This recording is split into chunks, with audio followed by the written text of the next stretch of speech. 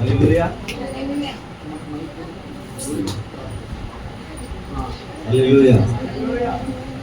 Praise the Lord. మీ అందరికీ వందనాలు.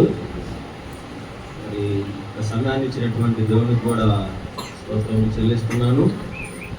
మరి ఈ యొక్క గుడ్ ఫ్రైడే దినము ఒక ప్రత్యేకమైనటువంటి దినం కనుక మరి లోక పాపంలో మోసుకొని పోయినటువంటి గొర్రెపిల్లి అయిన యేసుక్రీస్తు శుభనామమున మీ అందరికీ వందనాలు తెలియజేస్తున్నాను.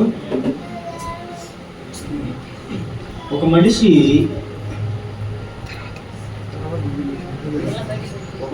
పుట్టినప్పుడు అతను మాట్లాడేటువంటి మాటలు చిన్నప్పుడు మాట్లాడుతూ ఉంటాడు కదా, మాటలు అతను మాట్లాడేటువంటి మాటలు వినాలని తల్లిదండ్రులకు, మనకు కానీ, మన బంధువులకు కానీ, మన సంబంధించిన అత్త మామూలు ఎవరికైనా కానీ చాలా ఆనందంగా ఉంటుంది ఆ మాటలు వినాలని చెప్పేసి. అదే వ్యక్తి ఒక చనిపోయేటప్పుడు మాట్లాడేటువంటి యొక్క మాటలు కూడా ఎంతో విలువైనవి అనమాట, ఎంతో శ్రేష్టమైనటువంటి మాటలు. ఆ మాటలు అదే మాటలు. అలాగే మరి యేసుక్రీస్తు ప్రభు ఈ సర్వలోక పాప ప్రక్షాళన కొరకు ఈ లోకానికి వచ్చినప్పుడు ఆయన సిలువ వేయబడ్డప్పుడు ఆయన ఆ యొక్క పరిస్థితుల్లో ఉన్నప్పుడు ఆయన మాట్లాడేటువంటి 7 మాటలు ఎంతో ప్రాముఖ్యమైనటువంటి మాటలు. ఆ యొక్క ప్రాముఖ్యమైన మాటలు ఆయన ఇచ్చిన సందేశం, ఆ యొక్క బోధలు ఈ ప్రపంచానికి ఎంతో గొప్ప గొప్ప సందేశాలను ఇచ్చిన ఆయన పలికినటువంటి 7 మాటలు. ఆ 7 మాటల్లో దేవుడు మొట్టమొదటిగా మాట్లాడాడు, తర్వాత నేను చెప్తాను. అయితే ఆయన మాట్లాడినటువంటి ఆ 7 మాటలు మనకి ఎలాగా బోధించాలంటే కృప కొరకు, రక్షణ కొరకు, శాంతి కొరకు, అలాగే ప్రేమ గురించి, రక్షణ గురించి, అలాగే బాధ్యతల గురించి కూడా మాట్లాడాడు దేవుడు ఆ యొక్క శిలువలో. అయితే మనం చూసినట్లయితే మొదటి మాట, తండ్రి వీరు ఏం చేస్తున్నారో వీరు ఎరుగురు కనుక వీరిని క్షమించు అనేటువంటి మాటల గురించి మనం ధ్యానం చేద్దాం, చూద్దాం.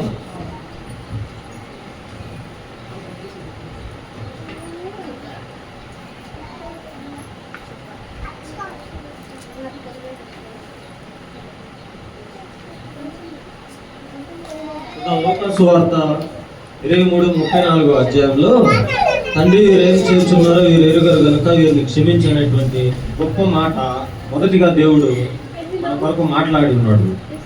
అయితే ఈ యొక్క మాట్లాడుతున్నప్పుడు అక్కడ ఉన్నటువంటి ఆయన్ని సిలువ వేశారు కదా. అక్కడ సిలువ వేసినప్పుడు అక్కడ ఉన్నటువంటి రోమా సైనికులు, అక్కడున్న యూద మత పెద్దలు, అక్కడ ఉన్నటువంటి ప్రజలు యేసుక్రీస్తు ప్రభువుని పిడిగుద్దులు గుద్దేవాళ్ళు కొంతమంది పిడిగుద్దులు గుద్దుతూ ఉన్నారు, ఆయన బల్యంతో కొడుతూ ఉన్నారు, అలాగే ఆయన్ని మాటలతో హింసిస్తున్నారు, అవమానపరుస్తున్నారు, ఆయనను కాండ్రించి ఉమ్ము వేశారు, ఆయనను అనేక రకాల వాళ్ళ పెదవులతో ఆయనను హింసిస్తూ దూషిస్తూ ఉన్నప్పుడు వారు ఏం చేస్తున్నారో వారికి తెలీదా? యేసుక్రీస్తు ప్రభుని వారికి తెలుసు, కానీ వారికి తెలియని విషయం ఒకటి ఏంటంటే యేసుక్రీస్తు ప్రభు మరణించినప్పుడు ఆయన చేసినటువంటి ఆ యొక్క ప్రవచనాలు ఇవన్నీ నెరవేరుతాయని వారికి మాత్రం ఈ విషయం మాత్రం వారికి తెలియదు. వారికి ఆ విషయం తెలియదు. ఉన్నటువంటి ప్రజల్లో ఎంతో అసలు ఆయన బాధిస్తూ, నిందిస్తూ, అవమానపరుస్తున్నప్పటికీ ఆయన తండ్రి అయిన దేవుని కోరుకుంటున్నాడు, తండ్రి వీరు ఏం చేస్తున్నారు వీరు ఇరుగురు కనుక వీరిని క్షమించు. ఆయన ఎంత దీనత్వం కలిగిన మనిషి మీరు ఆలోచించండి. ఆయన ఈ లోకానికి తగ్గించుకొని రావడానికి కదా కారణం, నశించకపోతున్నటువంటి మనల్ని వెతకడానికి ఈ లోకానికి వచ్చాడు. ఆయన చనిపోతున్నప్పుడు ఆ సిలువలో ఎంతో బాధను అనుభవించాడు. అలాంటి టైంలో కూడా అలాంటి మాటలు పలకడానికి ఏ వ్యక్తికి కూడా శక్తి అనేది ఉండదు. సిలువ మీద ఆయన ఉన్నప్పుడు అలాంటి మాటలు మాట్లాడటానికి ఏ వ్యక్తికి కూడా శక్తి అనేది చాలదు. తన శక్తిని కూడగట్టుకొని మాట్లాడటానికి ఛాన్సే లేదు. అయినప్పుడు కూడా మన కొరకు ఆయన ఏ మనిషిని కూడా నశించిపోవడానికి లేదని చెప్పేసి ఆయన అంత శక్తిని కూడగట్టుకొని మాట్లాడుతున్నటువంటి మొదటి మాట ప్రేమను గురించి, క్షమించడం గురించి మాట్లాడుతున్నాడు. అయితే మనం చూస్తే ఇక్కడ ఈ యొక్క ప్రవచనాలు ఏదైతే చెప్పాడు దేవుడు, చెప్పిన వాటిని చేసినటువంటి దేవుడు, చేసిన వాటిని చెప్పినటువంటి దేవుడు. ఆయన మాట తప్పే దేవుడు అయితే ఆయన కాదు. ఆయన ఇచ్చిన మాటలన్నీ నెరవేరుస్తాయని చెప్పాడు కదా. మనం చూద్దాం, బైబిల్ ఒక దేవుడు ఉన్నాడు, ఆయన పేరు దావీదు. ఆయన చేత దేవుడు ఈ ప్రవచనాన్ని పలికిస్తూ ఉన్నాడు. కీర్తనల గ్రంథం 22:18 చూస్తే చూద్దాం, ఒక మాట ఉంది.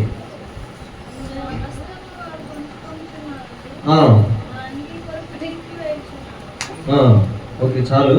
అయితే దేవుడు ఎగ్జాక్ట్గా సిలువలో ఉన్నప్పుడు ముందుగానే దావీదు మహారాజు చేత ఇప్పుడు పలికిస్తున్నాడు అనమాట. ఆయన ఏదైతే చెప్పాడు అదే చేశాడు కదా, బోధ చేశాడో అదే ఇప్పుడు సిలువలో నిరూపిస్తున్నాడు. ఇప్పుడు ఆయన, నా వస్త్రములను వారు పంచుకొంచున్నారు, నా అంగీ కొరకు వారు చీట్లు వేసుకొంచు ఉన్నారని.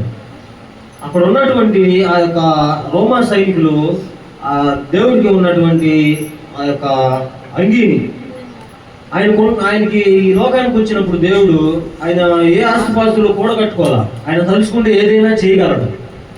ఆయన ఈ లోకానికి వచ్చినప్పుడు ఏ ఆస్తులు కూడగట్టుకోలేదు. కానీ ఆయనకున్నటువంటి ఆస్తి ఏంటో తెలుసా? ఆయనకున్నటువంటి పై వస్త్రము, ఆయనకున్నటువంటి లో వస్త్రము, ఆయన చెప్పులు, ఈ 3 తప్పితే ఆయనకి ఏ ఆస్తిపాస్తులు లేవు. ఆయనకి ఆయన ముందుగానే చెప్పినట్టుగానే ఆ అంగీ కొరకు వారు చీట్లు వేసుకొని పంచుకుంటూ ఉన్నారనమాట.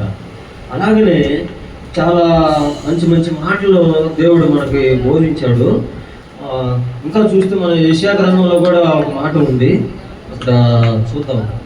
యెషయా గ్రంథంలో 53:12 అక్రమం చేయవారిలో ఒకడుగా ఎంచబడ్డాడంట మన దేవుడు.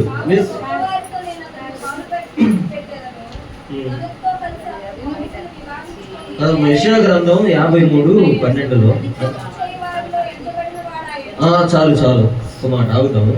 అతిక్రమం చేయవాళ్ళు ఒకటిగా ఎంచబడ్డాడంట. నిజంగా యేసుక్రీస్తు ప్రభు ఆయన ఏ నేరం చేశాడా? ఏ నేరం చేయగా. ఆయన ఎటువంటి క్రైమ్ కానీ ఆయన ఎలాంటి చేసిన వాడు కాదు. కేవలం ఆయన మన కొరకు అతిక్రమం చేయవాళ్ళు ఒకటిగా ఎంచబడ్డాడు.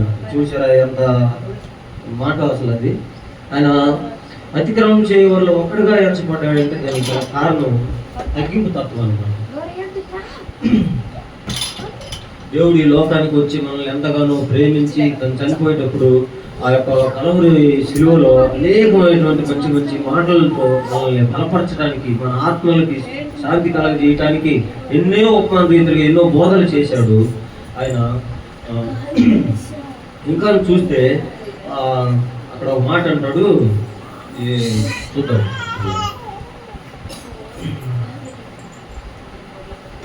యేసుప్రభు యొక్క మరణాన్ని గురించి అవన్నీ ప్రవచనాలు చేశాడు కదా. చేసిన తరువాత అక్కడ ఇంకొక మాట ఉంది, చూద్దాం. మనుషులు మత్తయి 6:14 మాట ఉంది, చూద్దాం. మనుషుల అపరాధములను క్షమించిన ఎడల పరలోకమందున మీ తండ్రి మీ అపరాధములను క్షమిస్తాడని చెప్పాడు. ఆయన ఈ లోకంలో చేసినటువంటి ఆ ఫస్ట్ మాటలో ప్రేమించేటువంటి గుణం కలిగి ఉండాలని దేవుడు మనకి హెచ్చరిస్తున్నాడు. కనుక మనం ప్రతి ఒక్కరం కూడా ఆయన చేసిన వాగ్దానం బట్టి ఆయన పలికిన ప్రతి ఒక్క మాట గురించి అవన్నీ మనం ఈ లోకంలో మనం అనుసరించి నడవాలని తపన ఆయనకున్నది కనుక ఆ రోజు సిలువలో బలి ఆగిపోయాడు మన కొరకు. అలాగనే మనం ప్రతి ఒక్కరూ ప్రేమ కలిగి ఉండాలి. మన సహోదరుల పట్ల, మన ఇరుగు వారి పట్ల, మన తల్లిదండ్రుల పట్ల, మన ఆత్మీయుల పట్ల, ప్రతి ఒక్కరి పట్ల మనం క్షమించగలిగే గుణం ఉంటే మనం ఇతరులను ప్రేమించగలుగుతాం అన్నమాట. ప్రేమ అనేది ఉండాలి మనలో ప్రతి ఒక్కరిలో. ఆయన చనిపోతూ ఒక సిలువలో ఫస్ట్గా వీరేం చేస్తున్నారో తండ్రి తెలియదు కనుక వీరు క్షమించమని అటువంటి గొప్ప మాట మనకి మొదటిగా చెప్పాడు. కనుక ప్రతి ఒక్కరిలో క్షమించగలిగేటువంటి గుణంగానే ఉంటే ఈ యొక్క లోకంలో హత్యలు కానీ మానభంగాలు కానీ ఏవి జరగదు. అవునా కాదా?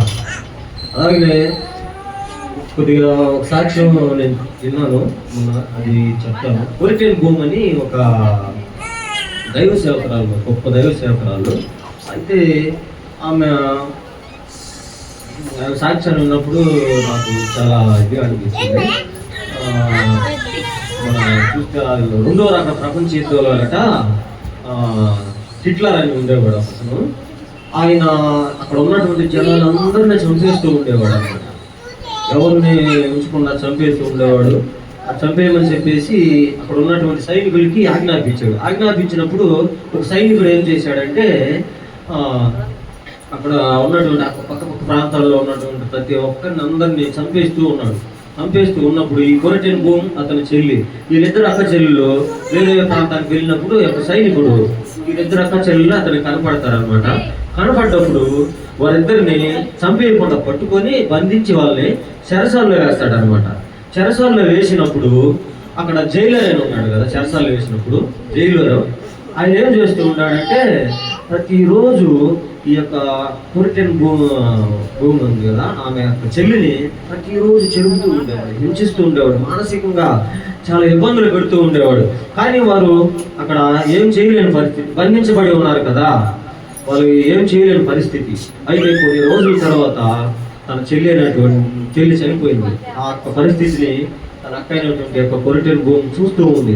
చూసి ఆ రోజు ఒక తీర్మానం తీసుకుంది తన మనసులో. ఏమనేనంటే నా కంఠంలో ప్రాణం ఉండగా ఈడు మాత్రం నేను వదిలిపెట్టకూడదు. నేను బ్రతికి ఉన్నానంటే అది ఈడు చావు చూసిన తర్వాతనే నేను చచ్చిపోవాలి అనే ఒక తీర్మానం తీసుకుంది అనమాట. ఆ యొక్క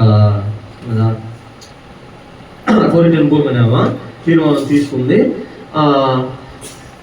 ఆమె చనిపోయిన తర్వాత ఇంకొక తీర్మానం తీసుకుంది కదా. కొన్ని రోజులకి ఈమె ఏం చేస్తుంది, ప్రభు కృపను బట్టి ఆ అక్క చెరసాలలో నుంచి బయటకు వచ్చేసింది. తన చెల్లి చనిపోయింది, ఆ తీర్మానం తీసుకుంది, బయటకు వచ్చేసింది. దేవుని కృప వల్ల విడిపించబడింది. తర్వాత బయటకు వచ్చిన తర్వాత దేవుని తెలుసుకుని, దేవుని మాటల్ని, అతని యొక్క క్షమాపణ గురించి, అతని యొక్క ప్రేమను గురించి తెలుసుకొని తన మనసులో అతన్ని దేవుని విమర్చుకొని ఉంటున్నటువంటి రోజుల్లో దైవ సేవకురాలుగా మారింది ఆమె. తర్వాత ఆమెని ఒక మీటింగ్కి పిలిచారనమాట, వాక్యం బోధించడానికి పిలిచినప్పుడు అక్కడ ఆమె ఒక సబ్జెక్ట్ తీసుకుంది. యోహాను సువార్త 3వ అధ్యాయం 16వ వచనంలో ఉంటుంది అనమాట. దేవుడు లోకమును ప్రేమించాను అని చెప్పి, ఎంతో ప్రేమించాను అని.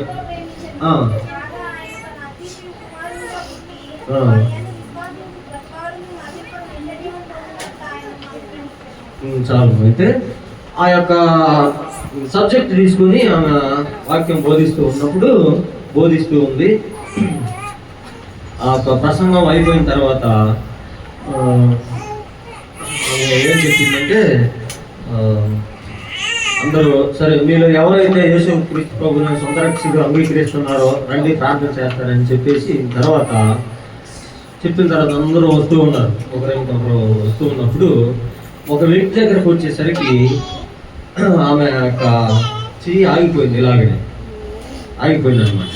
ఆగిపోయినప్పుడు ఆ వ్యక్తి ఎవరో తెలుసా, తన చెల్లిని ఎవడైతే అలాగా క్రూరంగా మూర్ఖంగా చేసి చంపేశాడో ఆ వ్యక్తి అనమాట.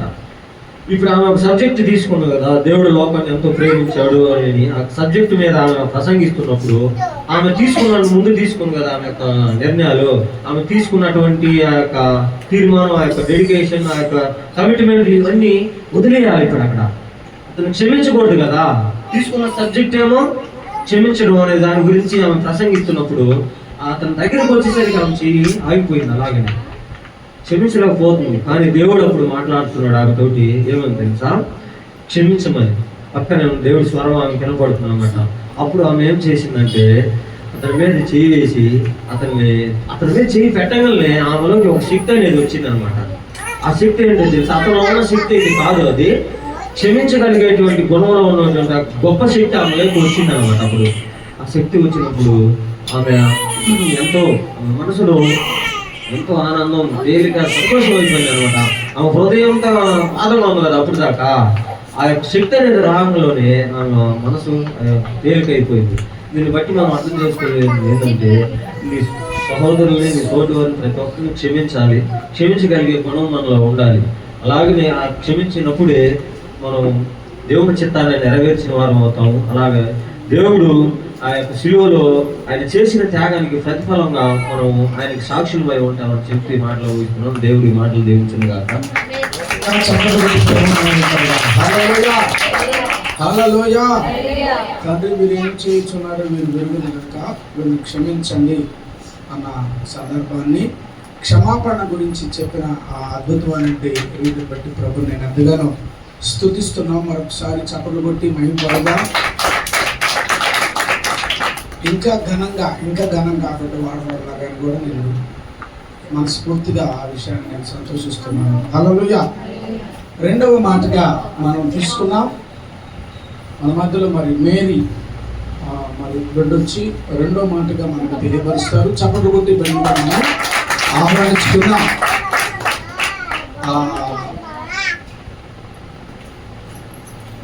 సువాసన ఎట్లా కనపడుతుంది? దాసి పెడితే సీసాలో ఉన్నట్టు అత్తర్ని దాసి పెడితే వాసన రాదు కదా, వచ్చిద్దా?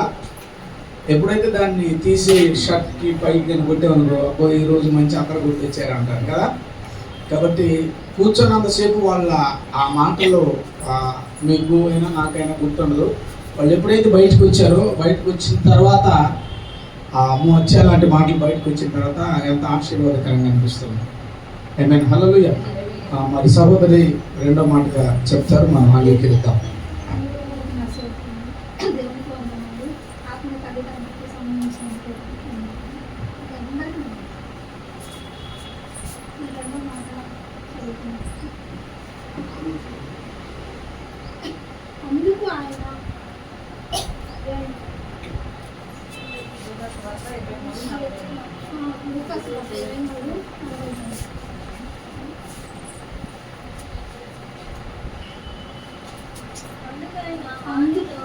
అందుకు ఆయన వారితో, నేడు నీవు నాతో కూడా పరదేశంలో ఉండవని నిశ్చయముగా నీతో చెప్పుచున్నాను. నేను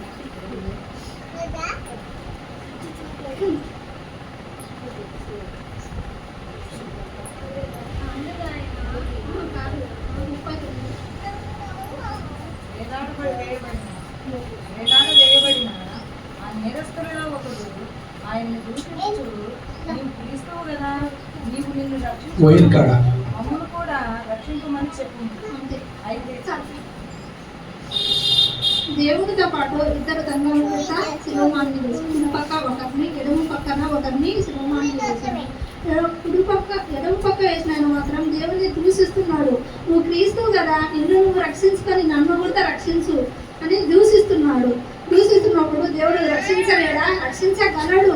లోకాన్నే సృష్టించిన సృష్టికర్త రక్షించలేడా? ఆయన రక్షించుకోలేడా? ఒకరిని దొంగను లేడా? రక్షించగలడు. కానీ ఆ లేఖనం ప్రకారము దేవుడు అది చెయ్యాలి. మనం చేసిన పాపాలన్నీ ఆయన మొయ్యాలి. మనం చేసిన ఎన్ని శిక్ష అన్ని దేవుడు భరించాలి మన కోసం. మనం చేసిన పాపాల కోసం దేవుడు ఆ తల మీద ముళ్ళ కిరీటం పెట్టుకోవాలి, ఆ రక్తం కార్చాలి.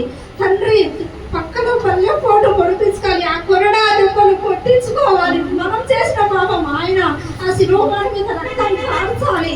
మన పాపము ఆయన ఏ శిక్ష బాధ చేయని వాడు, ఏ తప్పిదమైన ఏమీ యూజ్ చేయలేదు. కానీ మన కోసం, మనం చేసిన పాపముల కోసము ఆ కొరడా దెబ్బతో కొట్టించుకోవాలి, ముఖం మీద ఉమ్మి వేయించుకోవాలి. ఎందుకంటే మనము అగ్గిలో పడుతామని మన కోసం ఆయన అంత శిక్ష బాధను భరించాడు. కానీ ఆయన మాట ఏమొచ్చు, నువ్వు క్రీస్తు కదా, నిన్ను నువ్వు రక్షించుకొని నన్ను కూడా రక్షించవచ్చు కదా. రక్షించగలడు. మన తండ్రి ఒక్క మాటతోనే సృష్టించాడు. ఎంతో మందిని కుష్ఠరోగులు బాగు చేశాడు. కళ్ళు లేని వారికి కళ్ళనిచ్చాడు, కాళ్ళు లేని వారికి కాళ్ళనిచ్చాడు. ఎన్నో వేల నుంచి రక్తస్రావం ఆయన చెయ్యి ముట్టకాని స్వస్థత నుండి చనిపోయిన లాజరు బతికి లేచాడు. నువ్వు ఒక్క మాటతోనే, తండ్రి ఒక్క మాట చాలు. నువ్వు సమాధి నుంచి లాజరు లేయి అనగానే లేచి తండ్రి దగ్గరికి వచ్చాడు కదా. నువ్వు రక్షించుకొని నన్ను రక్షించమని చెప్తాడా? అవును ప్రభా. లోకాచారంగా ఎన్నో బాధలు, ఇంకా తప్పిదం ఇంకా చెయ్యాలనే ఆత్మ సంబంధమైన తప్పిదం లేదా? అవును. శరీర సంబంధమైన ఇంకా ఎన్ని చేస్తావు? ఎన్ని దొంగతనాలు చేస్తావు? ఇంకా ఎన్ని నేరాలు చేస్తావు? ఎంతమందిని చంపుతాడు? ఇప్పటికైనా క్షమాపణ లేదు. ఫస్ట్ దొంగకైతే రెండో దొంగ అయితే రెండో వాడు వాడిని గద్దించి, నీవు అదే శిక్షలో ఉన్నావు కనుక దేవునికి భయపడవా? మనకైతే ఇది న్యాయమే. మనము చేసిన వాటికి తగిన ఫలము పొందుతున్నాము కానీ ఈయన ఏ తప్పిదము చేయలేదని చెప్పి ఆయనను పిలిచి, యేసు, నీవు నీ రాజ్యంలోనికి వచ్చినప్పుడు నన్ను జ్ఞాపకం చేసుకున్నామనెను. భయపడవా దేవునికి? నువ్వు భయపడవా దేవునికి? మనమైతే మనం చేసినాం, పాపం చేసినాం కాబట్టి శ్రమలు మనకు తగినయే. దేవుడు ఏ పాపము చేయలేదు కదా మన కోసము. ఎంత బాధ శిక్ష వహిస్తున్నాడు, కానీ నువ్వు భయపడవా దేవునికి అని ఈయన మాత్రము ఈయన తప్పులు ఒప్పుకున్నాడు. ఈయన తప్పులు ఒప్పుకొని ఈయన మాత్రము క్షమాపణ అడిగిండు. క్షమాపణ అడిగితే తండ్రి క్షమాపణ ఇచ్చిండు. నేను నాతో పరదేశంలో నిక్షేపంగా చేస్తున్నాను అని చెప్పిండు. రెండో దొంగ మాత్రము దేవుని అన్ని దేవుడు అక్కడ శిలోమాని మీద అందరూ వదిలేస్తున్నారు. దేవుడు క్షమించమని అడుగుతున్నాడు. అంతా కొడుతున్నా, అంతా బాధ భరిస్తున్నా ఈ మాట చెప్పించుడు. ఆ మాట వింటనే ఉన్నాడు. ఈ ఫస్ట్ దొంగ మాత్రం ఈ కళ్ళు మూసుకొని ఉన్నాడు. ఇక్కడ చేసిన వాడిని చూస్తున్నాడో చూడలేదో కళ్ళు మూసుకోపోయినట్టున్నాయి. రెండో దొంగ మాత్రము బాగా గ్రహించిండు, దేవుని గురించి చూసిండు.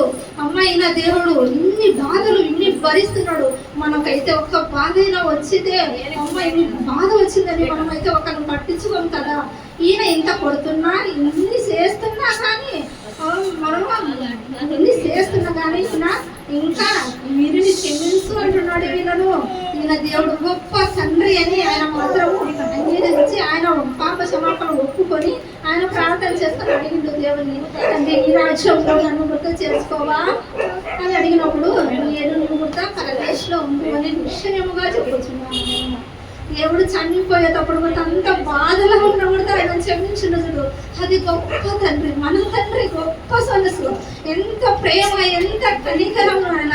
యేసయ్యా స్తోత్రం నాయన. యేసయ్యా అయ్యా నువ్వు శిలోమాల మీద ఎంత మేమైతే ఒక్క బాధ వచ్చింది అనుకో, ఇద్దరు వాళ్ళు ఏమన్నా చెప్తే మేము చెయ్యము, మా బాధలే మాకు ఎక్కువైనాయి అన్నప్పుడు మా కోసం ఇన్ని బాధలు పక్కన శిలోమాల మీద ఉన్నాయని నన్ను క్షమించి తండ్రి. అవును ప్రభా, నువ్వు పరలోకంలో ప్రభా నన్ను కూడా జ్ఞాపకం చేసుకోమంటే జ్ఞాపకం చేసుకున్నావు తండ్రి. స్తోత్రం నాయన. యేసయ్యా అయ్యా క్షమించావు ప్రభా. యేసయ్యా నువ్వు చనిపోతే కూడా ఇంకొక ఆత్మ తీసుకువెళ్ళుతున్నాడు. మన తండ్రి గొప్పతనం చూడండి, ఎంత గొప్పతనమో, ఎంత పరిశుద్ధ తండ్రో ప్రభా.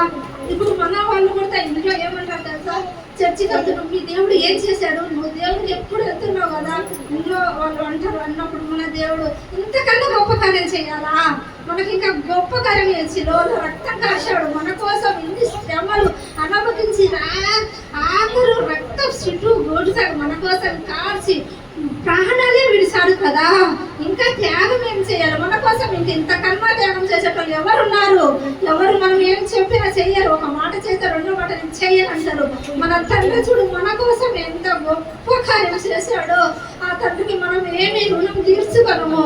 మనం శుద్ధి ఘనత, మనం తప్పులన్నీ ఒప్పుకొని ఆ రెండో దొంగ మాదిరి మనము క్షమాపణ అడిగి మనం రెండో దొంగ మాదిరి ఉండాలని ఈ చిన్ని వాక్యం దేవుడు దీవించి ఆశీర్వదించగాక. ఈ మాట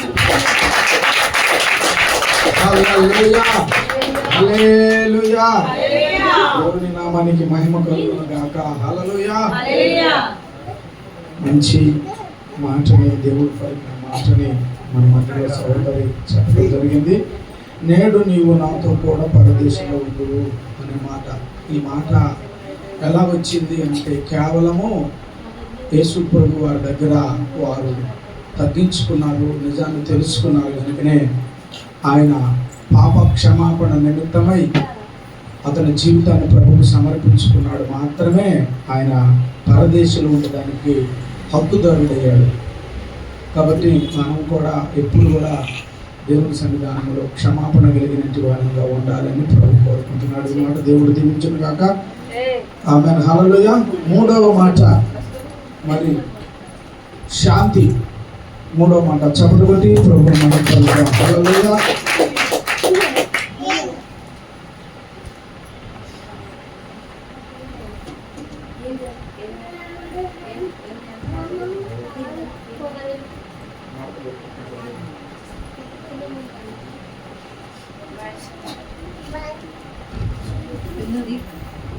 దేవుని నమ్మకం వందనాలు.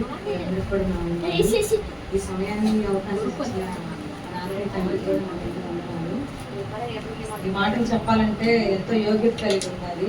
ఎందుకంటే యేసు సిలువలో లాస్ట్లో పలికిన మాటలను గమనిస్తూ ఎంతో అమూల్యమైన మాటలను, బాధ్యతలను, క్షమించే గుణాన్ని, ప్రేమని మనందరిలో కలిపి అవి ఇలా చెయ్యండి అని మాట ద్వారాగా చెప్పి బయలుదేరాడు. ఇక్కడి నుంచి ఆయన వెళ్ళిన తర్వాత కూడా మళ్ళీ తిరిగి వచ్చాడు. ఆయన ఏదైతే చెప్పాడో అది మాత్రం నెరవేర్చే భూమి మీద వెళ్ళాడు ఆయన.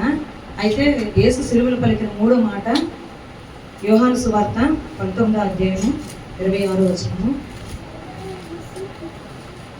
యేసు తన తల్లియు తాను ప్రేమించిన శిష్యులను దగ్గర నిలుచుండడు చూచి, అమ్మా ఇదిగో నీ కుమారుడు అని తన తల్లితో చెప్పాను. యోహాను మరియమ్మ తల్లి ఇద్దరు ఆయన ఎదుట నిల్చున్నప్పుడు ఆయన ఎక్కడ ఏది బాధ్యతలను విడిచిపెట్టకుండా ఆయన బాధ్యతను నెరవేర్చుకుంటూ కుమారుడికి తల్లిని అప్పగించాడు. అక్కడ 12 మంది శిష్యులను దేవుడు ఏర్పరిచాడు. అయితే యోహాన్నే దేవుడు ఎందుకు ఏర్పరిచాడు? యోహాన్నే ఎందుకు దేవుడు అంత ప్రత్యేకంగా తన తల్లి బాధ్యతను అప్పగించాడు? ఆయన ఎందుకు అంత ప్రత్యేకంగా అక్కడ నిల్చున్నాడు? మనం అందరం గమనించాలి. ఎందుకంటే దేవుడు ఒక బాధ్యతను ఒక మనిషికి అప్పగిస్తున్నాడు అని అంటే ఆ బాధ్యత ఎంత విలువైందో, అది విలువని మనం గుర్తుపెట్టుకొని ప్రతిదీ నెరవేర్చాలి. ఎందుకంటే తన తల్లిని అక్కడ జ్ఞాపకం చేశాడు. అంటే తన తల్లి చెయ్యి కూడా విడవడం దేవుడికి ఇష్టం లేదు. అందుకే అక్కడ జ్ఞాపకం చేసుకొని తన తల్లికి కుమారుడికి తల్లి బాధ్యతను అప్పగించాడు. తర్వాత తల్లి బాధ్యతను కుమారుడికి కూడా అప్పగించాడు. అది కూడా చూసుకున్నాం మనం. 27వ వచనం. తర్వాత ఆ శిష్యుని చూచి ఇదిగో నీ తల్లి అని చెప్పాను. ఆ గడియ నుండి ఆ శిష్యులు ఆమె తన ఇంటిని చేర్చుకోలేను.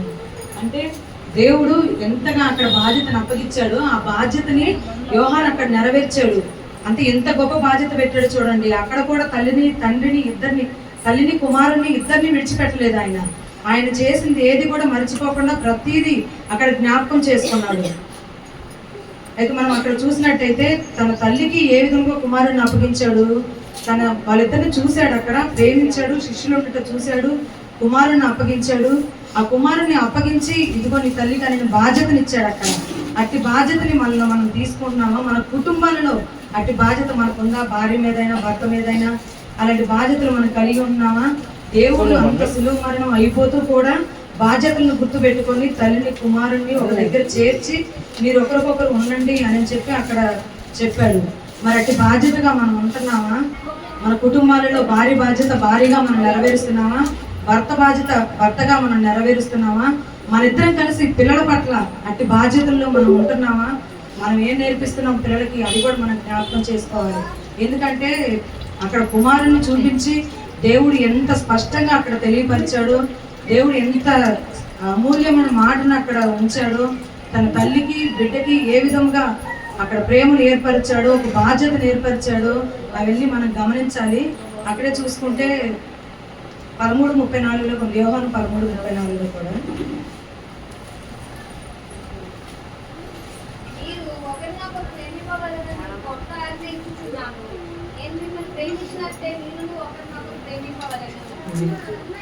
ఇక్కడ చూడండి, దేవుడు కొత్త ఆజ్ఞను ఇచ్చి ఉన్నాడంట. అక్కడ ఆ ఆజ్ఞ ప్రకారం ఒకరినొకరు ప్రేమించుకోమని చెప్పాడు. ఇక్కడ విడిచిపెట్టమని చెప్పలేదు. నేను మిమ్మల్ని ప్రేమించినట్టే ఆయన మన మీద ఏ విధంగా ప్రేమ చూపిస్తున్నాడో, ఎట్టి ప్రేమను మనలో ఉంచాడో, మన మీద ఎంత కరుణను చూపిస్తున్నాడో అట్టి ప్రేమనే మనం ఒకరి మీద ఒకరు ఉంచుకోవాలి. ఆ విధంగా మన కుటుంబాన్ని ఏ విధంగా మనం కట్టుకున్నాం, ఏ పరిస్థితుల్లో అయినా సరే భర్త చేయి భార్య విడవకుండా, భార్య చేయి భర్త విడవకుండా ఏ విధంగా మనం ఉంటున్నాము, నిర్లక్ష్యం చేస్తున్నామా లేకపోతే మనం బాధ్యత కలిగి ఉంటున్నామా, ఒకసారి మనం జ్ఞాపకం చేసుకున్నాం. ఎందుకంటే దేవుడు ఎంతగానో ప్రేమించి మాట్లాడిన మాటలు ఇవి. ఆ మాటలు ఏ మాటలు కూడా నిర్లక్ష్యంగా తీసుకోకూడదు. మనం ఏ పరిస్థితుల్లో కూడా నిర్లక్ష్యం చేయకూడదు. మన కుటుంబాన్ని మనం ప్రేమించాలి, మన కుటుంబాన్ని మనం నిలబెట్టుకోవాలి. అదే రీతిగా నిర్గమకాండం 20:12 చూద్దాం. నీవు నీ దీర్ఘాయుష్మంతుడు అవుతున్నట్లు నీ తల్లిని నీ తండ్రిని సన్మానించమని చెప్పి దేవుడు చెప్పాడు. ఇక్కడ కూడా తల్లిదండ్రుల గురించే చూపించాడు. తల్లిని తండ్రిని సన్మానించమంటే బిడ్డలు మనల్ని సన్మానిస్తున్నట్టే మన తల్లిదండ్రులు కూడా మనం సన్మానించాలి. మనం ఏ విధంగా ఉంటున్నాము అనేది ప్రతిదీ దేవుడు చూస్తూనే ఉంటున్నాడు. ఇక్కడ మనం తెలుసుకోలేకపోవచ్చు, కానీ దేవుడైతే ప్రతిదీ చూస్తూనే ఉన్నాడు. పక్క వాళ్ళు చూడలేదు కదా, మనం ఏం చేసినా కూడా తెలియదులే అనేది మాత్రం నిర్లక్ష్యంగా ఎవ్వరు కూడా ఉండకూడదు. దేవుడు ఏ విధంగా మనల్ని చూసి ఏ విధంగా బాధ్యతలను అప్పగిస్తున్నాడో ఆ రీతిగానే మనం ఆ బాధ్యతలను నిలబెట్టుకోవాలని కోరుకుంటున్నాను. మన సంఘంలో కూడా ఆత్మీయంగా ఏ విధంగా ఉండాలో ఒక మాటలో తెలుసుకుందాం. గలతీ 6:2. ఒకరి భారములను ఒకడు భరించి ఇలాగ క్రీస్తు నియమములను పూర్తిగా నెరవేర్చుడి. సంఘంలో కూడా మనం ఎంత బాధ్యత కలిగి ఉంటున్నాము, ఆత్మీయంగా మనం ఎంత బాధ్యత కలిగి ఉంటున్నాము. యేసు యోహాను పట్ల చూపిన కృప, అటు బాధ్యత మన మీద కూడా ఒకటి పెట్టేటందుకు మనం అంత అర్హత కలిగి ఉన్నామా లేదా, అది కూడా మనం ఒకసారి పరీక్షించుకోవాలి. ఎందుకంటే యేసు బాధ్యతను ఎంత గొప్పగా యోహాను ఉంటేనో, ఆయన పరిచర్యలోను ఎంత నమ్మకంగా ఉంటేనో ఆయనకి ఆ బాధ్యతను తన తల్లిని అప్పగించాడు. అట్టి బాధ్యతను మనం కూడా దేవుడి నుంచి మనం పొందుకోవాలి. అట్టి బాధ్యత మనలో ఉందో లేదో కూడా ఒకసారి మనం గమనించుకోవాలి. ఎందుకంటే ఒకరి భారములను ఒకరు భరించాలి, ఒకరి భారములను ఒకరు భరించి ప్రేమగా తీసుకోవాలి దగ్గరికి. ఏదైనా కూడా అది భారమే కదా, ఎందుకు అది వదిలేస్తే అయిపోయింది, ఇంతటితోటి ఆ భారం దిగిపోయింది కదా అని మనం ఎప్పుడు కూడా ఆలోచించుకోకూడదు. ఆ భారము మనతో పాటు మోయాలి. మన భారమును, మన పాపముల కొరకు యేసు సిలువలో మోసి ఉన్నాడు. అంటే ఈ భూమి మీద 4 రోజుల భారం మనం మొయ్యలేమా? తర్వాత దేవుడు మనల్ని ఎక్కడి నుంచో పెడుతున్నాడు. దేవుని రాజ్యంలో మనం ప్రవేశించబోతున్నాము. ఇటువంటి చిన్న భారములకు మనం భయపడి వెనకడుగులు వేసే విషయంలో మనం అస్సలు ఉండకూడదు. ప్రతి విషయంలో ఆయన మాటలను నెరవేర్చే విధంగా మనం ముందుకు వెళ్ళాలి. మన పిల్లలకి బాధ్యతను కలిగి చేయాలి. మనము బాధ్యత కలిగి ఉండాలి. భార్యాభర్తలను బాధ్యత కలిగి ఉండాలి. మన కుటుంబంలో మనం ఏ విధంగా సరి చేసుకోవాలో తెలుసుకొని ఉండాలి. మన బిడ్డల పట్ల మనం ఏ విధంగా నడుచుకోవాలో తెలుసుకొని ఉండాలి. అదేవిధంగా సంఘంలో కూడా మనం ఏ విధంగా ఉన్నాము, ఏ పొజిషన్లో ఉన్నాము, ఎట్టి పరిస్థితుల్లో ఉన్నాము, పరిచయం చేసే విధంగా ఉన్నామా లేదా, వచ్చామా వెళ్తున్నామా అనే రీతిలోనే ఉంటున్నామా, అంత దూరం నుంచి ప్రయాసపడి వస్తున్నాము, దేవుని గురించి నేను ఏం చేస్తున్నాను, నువ్వు పాటైనా పాడుతున్నానా, లేకపోతే వాక్యమైనా చదవగలిగి ఉన్నానా అని మనం భారం కలిగి ఉండాలి, బాధ్యత కలిగి ఉండాలి. ఏదో వస్తున్నాము పోతున్నాము అనేటట్టుగా అయితే అస్సలు ఉండకూడదు. ఎందుకంటే దేవుడు ఎంతో గొప్ప వాక్యములను మనకి ఇచ్చాడు, ప్రతి వారం అందిస్తున్నాడు. మనలో మార్పు చెందాలే కానీ ఎప్పుడు వెనకడిగి వేసినలాగా ఎక్కడ వేసిన గొంగలు అక్కడ వెళ్ళేటట్టుగా ఉండకూడదు. మనలో కూడా ఒక ప్రత్యేకతను దేవుడు ఇచ్చాడు. ఆ ప్రత్యేకతను మనం గమనించాలి, అటు రీతిగా మనం జీవించాలి. దేవునికి ఏదో ఒక విధంగా మన పాత్రలుగా అయితే నిలబడాలి. అది మాత్రం నేను కోరుకుంటున్నాను. మీరు అందరూ కూడా అలాగే ఉండాలనుకుంటున్నాను. చిన్న మాట దేవుడు చక్కగా ఎవరు ఇచ్చిన దేవుని బట్టి ప్రత్యేకంగా వందనాలు. ప్రభు నామానికి మహిమ కలుగును గాక. అలాగే 4వ మాటగా మన మధ్యలో రాణి వచ్చి 4వ మాటగా మనతో పంచుకోబోతున్నారు. చప్పట్లు కొట్టి సభ్యులను మనం ఆహ్వానించుకున్నాం. హల్లెలూయా.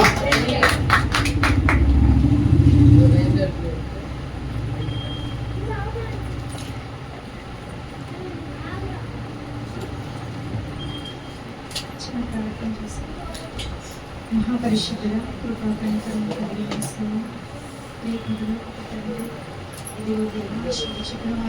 దేవా, మీరు సెలువులో పలికిన 7 మాటలను నా తండ్రి, ఏ యోగ్యత లేని అర్హత లేని నా ప్రభువా, ఎందుకు పనికిరాని మమ్మును నా దేవా పవిత్రపరిచి నా యేసయ్య మాకు ఒక ప్రత్యేక స్థితిని కల్పించి దేవా ఈ స్థానంలో నిల్చోబెట్టిన తండ్రి, అయ్యా నీ మాటలను చెప్పగలుగుటకు గొప్ప ధైర్యమును మీరు దయచేసిన విధానమును బట్టి దేవా, ఈ స్థితిని బట్టి నా తండ్రి, నీ ప్రేమను బట్టి నా దేవా నీకు కృతజ్ఞతాస్తుతులు చెల్లిస్తున్నామయ్యా. మాట్లాడుచున్నది మేము కాదు నా ప్రభు, మాట్లాడే ప్రతి మాటను నా తండ్రి మమ్మను మేము హెచ్చరించుకుంటూ నా దేవా అనేకులకు ఉపయోగకరముగా మీరు దీవించి ఆశీర్వదించబడుతున్నాం నా తండ్రి. మీకు స్తోత్రములు చెల్లిస్తున్నాము దేవా. ఎక్కడ ఎలాంటి తడబాట్లు లేకున్నట్లుగా నా తండ్రి, అయ్యా నీ మాటలను ధ్యానించుటకు దేవా గొప్ప ధైర్యమును, బలమును, శక్తిని దయచేసి ప్రార్థిస్తూ యేసు నామములో ప్రార్థించి వేడుకొంచున్నాం పరమ తండ్రి. మొదటిగా సమయం ఇచ్చిన పాస్టర్ గారికి, పాస్టర్ గారికి వందనాలు. వచ్చిన సంఘస్థులందరికీ గుడ్ ఫ్రైడే శుభాకాంక్షలు. నేను తీసుకున్న మాట ఏంటంటే, యేసు ప్రభు వారు సిలువలో పలికిన 4వ మాట. మొట్టమొదటి మాట, ఈ 3 మాటలను క్లుప్తంగా వివరించి నా మాటలోకి వెళ్తాను. మొదటి మాట ఏంటంటే, దేవుడు ఉదయం 6 గంటల నుండి ఊరేగించబడుతూ 9 గంటల సమయంలో సిలువ భూమిలో మోపబడింది.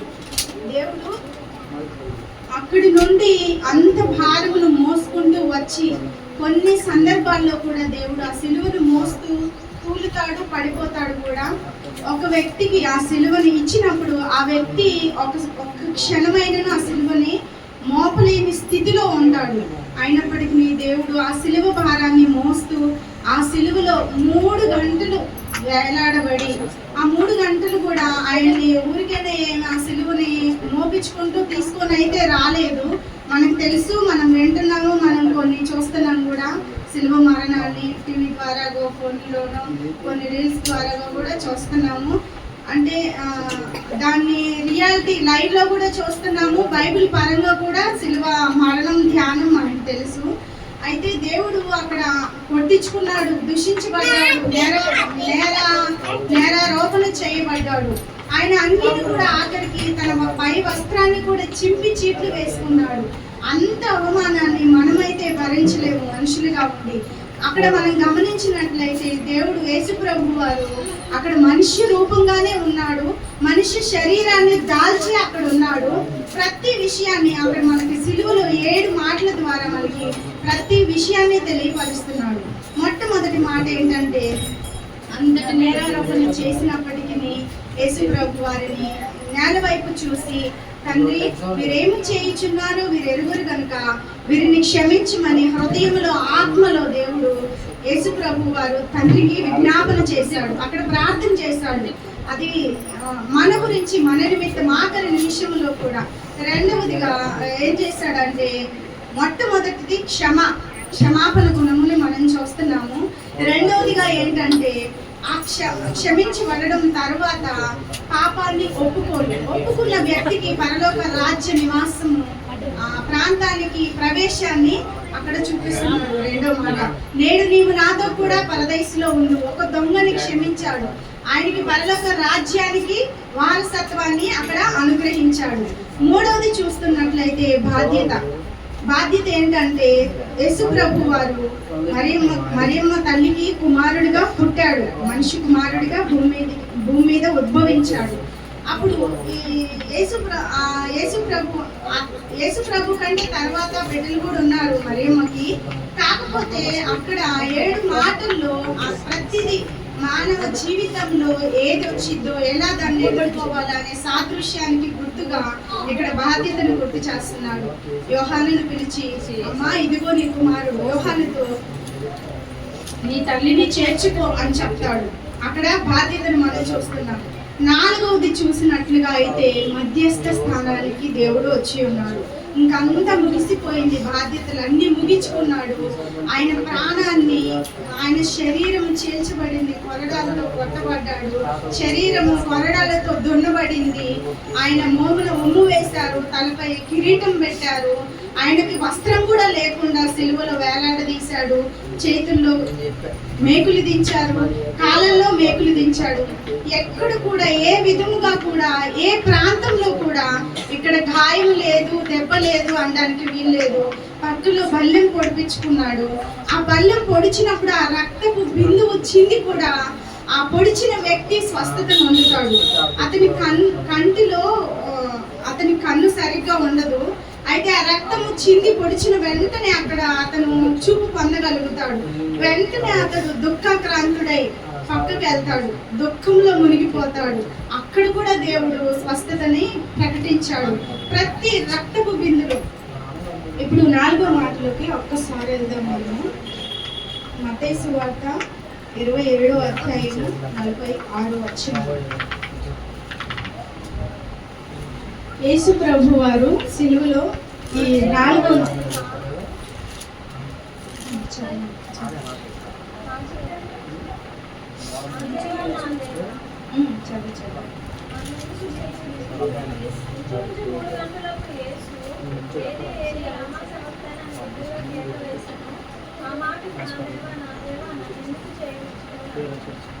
మొదటి మాటలు మనం గమనించినట్లయితే, మొదటి మాటలు ఏం చెప్తాడంటే, తండ్రి, యేసు ప్రభు వారు యెహోవా దేవుణ్ణి తండ్రి అని సంబోధిస్తాడు. తండ్రి వీరేమి చేయుచున్నారో వీరు ఎరుగరు కనుక వీరిని క్షమించమంటాడు.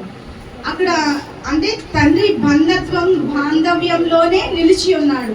ఇక్కడ రెండో మాటలో కూడా అలాగే ఉన్నాడని మనం గమనించాలి, గ్రహించాలి. 4వ మాటకు వచ్చేసరికి ఏలి ఏలి లమా సబక్తా, దేవా దేవా నా చేయి ఎందుకు విడిచితివి అంటే యేసు ప్రభు వారు అక్కడ బిగ్గరగా కేక వేస్తాడు. ఇప్పుడు మనం కొంత దూరం నడిస్తే అలసిపోతా ఉన్నాం, మాట్లాడలేము కూడా, ఆవేశం వస్తుంది కూడా. కొంచెం ఎక్కువ పని చేస్తే కూడా, ఎక్కువసేపు కూర్చుంటే కూడా కాళ్ళు చాపుకుంటాము, నడుమాల్చుకుంటాము, అనేక విధాలుగా మన ప్రయాసని మనం వ్యక్తపరుచుకుంటూ ఉంటాము. అయితే దేవుడు అంతటి స్థితిలో కూడా అక్కడ దేవా దేవా నా చేయి ఎందుకు విడిచితివి అని బిగ్గరగా కేక వేస్తాడు. అంటే అక్కడ బిగ్గరగా కేక ఎందుకు వేశాడంటే దేవుడు అక్కడ తండ్రికి కుమారుడికి ఉన్న బంధం, ఆ తండ్రి కుమారుడి చెయ్యి విడవడం జరుగుతుంది. అందుకే దేవా దేవా నా చెయ్యి ఎందుకు విడిచావు అని బిగ్గరగా కేకేస్తాడు. బిగ్గరగా ఎందుకు వేస్తాడు? హృదయంలో దుఃఖంతో మాట్లాడవచ్చు కదా అనుకుంటే అక్కడ బిగ్గరగా కేక ఎందుకు వేశాడంటే మనం గమనించవలసిన విషయం, దేవుడు తండ్రి చిత్తాన్ని కరెక్ట్గా నిర్వర్తించాడు. అది గొప్పగా కేకే వేశాడు, గర్వంగా. అక్కడ 4వ మాటని దేవుడు యేసుక్రీస్తు వాడు తన తండ్రితో చెప్తున్నాడు, దేవా దేవా నన్ను ఎందుకు చెయ్యి విడిచావు. అక్కడ చెయ్యి విడవడం అనేది జరుగుతుందని యేసు ప్రభు వారికి తెలుసు. ఎంతటి బాధను అనుభవించాడు. ఇంకా కొంచెం సేపు అయితే ప్రాణం విడుస్తాను, నేను తండ్రి యొద్దకి వెళ్ళిపోతాను అని దేవుడికి తెలుసు. అక్కడ ఎందుకు ఆ మాట బిగ్గరగా చెప్పాడంటే మనము ఆ శోధనను ఎలా తప్పించుకోవాలి, ప్రార్థనా పూర్వకంగా ఎలా తప్పించుకోవాలి. ఇంకొక మాట చూద్దాము, మత్తయి సువార్త 28:18 చూద్దాము.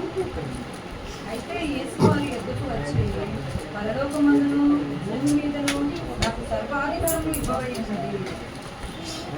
ఇక్కడ యేసు ప్రభు వారు చెప్తున్న మాట ఏంటంటే పరలోకమందును భూమి అందును సర్వాధికారములు పొందుకొని యేసు ప్రభు వారు భూమి మీదకి వచ్చారు. ఆయన ప్రాణం పెట్టవచ్చు, పెట్టకపోవచ్చు. ఇప్పుడు మన పిల్లలు ఇది చేయలేమమ్మా అంటే మనము సరేలే అమ్మా అని కొంచెం ఏదో ఇబ్బందిగా ఫీల్ అయితే, బాధగా మన దగ్గర చెప్తే, ఏడిస్తే సరేలే అమ్మా అని మన దగ్గరికి తీసుకుంటాము.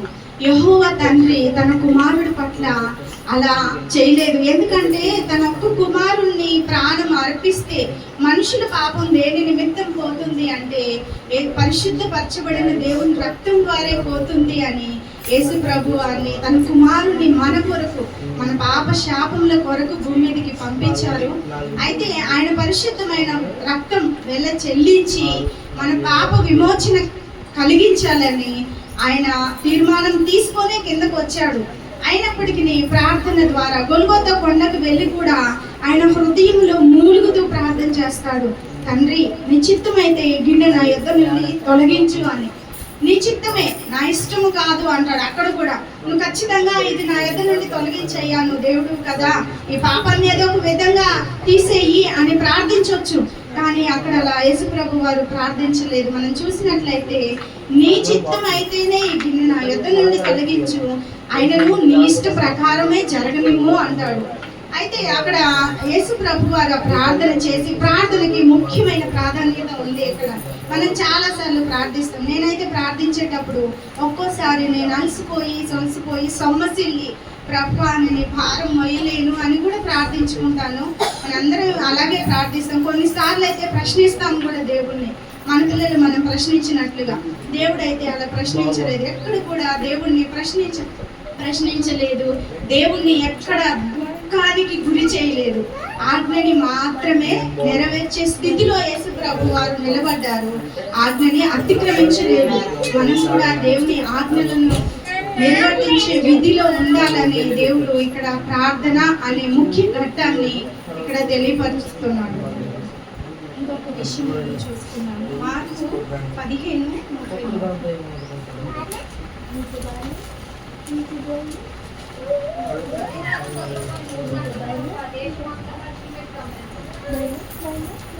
ఇక్కడ మనం చూసినట్లయితే మధ్యాహ్నం మొదలుకొని అంటే యేసు ప్రభు వారు సిలువ వేయబడినప్పుడు మధ్యాహ్నం మొదలుకొని అంటే ఆయన బిగ్గరగా కేక వేసినప్పుడు మధ్యాహ్నం రమారం ఇంచుమించు 3 గంటలు అనే లేఖనాల ప్రకారంగా మనం చదువుకుంటున్నాము, మనకు తెలుసు. అయితే అక్కడ దేవుడు బిగ్గరగా కేక వేసినప్పుడు మధ్యాహ్నం 3 గంటలకి అంటే ఇప్పుడు మనం చూస్తున్నాము చాలా ఎదురుంది, ఎండగా కూడా ఉంది. అయితే అక్కడ దేవుడు ఆ కేక వేసినప్పుడు 4వ మాట మాట్లాడినప్పుడు చీకటి గమ్ముతుంది, బండలు బద్దలైపోతాయి. పరిశుద్ధ దేవాలయంలో ఆ తెర 2గా చిరిగిపోతుంది. మనం ఇప్పుడు అయితే నాకైతే సమయం లేదు, నేను రాసుకున్నాను కానీ చూపించడానికి. అయ్యగారు 10 నిమిషాలు ఇచ్చాను, నా తర్వాత కూడా కొన్ని మాటలు ఉన్నాయి కాబట్టి. దేవాలయం తెర 2గా చిరిగిపోతుంది. అంటే పరిశుద్ధత, పరిశుద్ధ స్థలం, అతి పరిశుద్ధ స్థలం అనేది లేకుండా ఒకటే పరిశుద్ధత మాత్రమే ప్రవేశించడానికి, పరిశుద్ధతలోకి మాత్రమే ప్రవేశాన్ని యేసు ప్రభు వారు మనకి ఏర్పరిచారు. యోహాను 13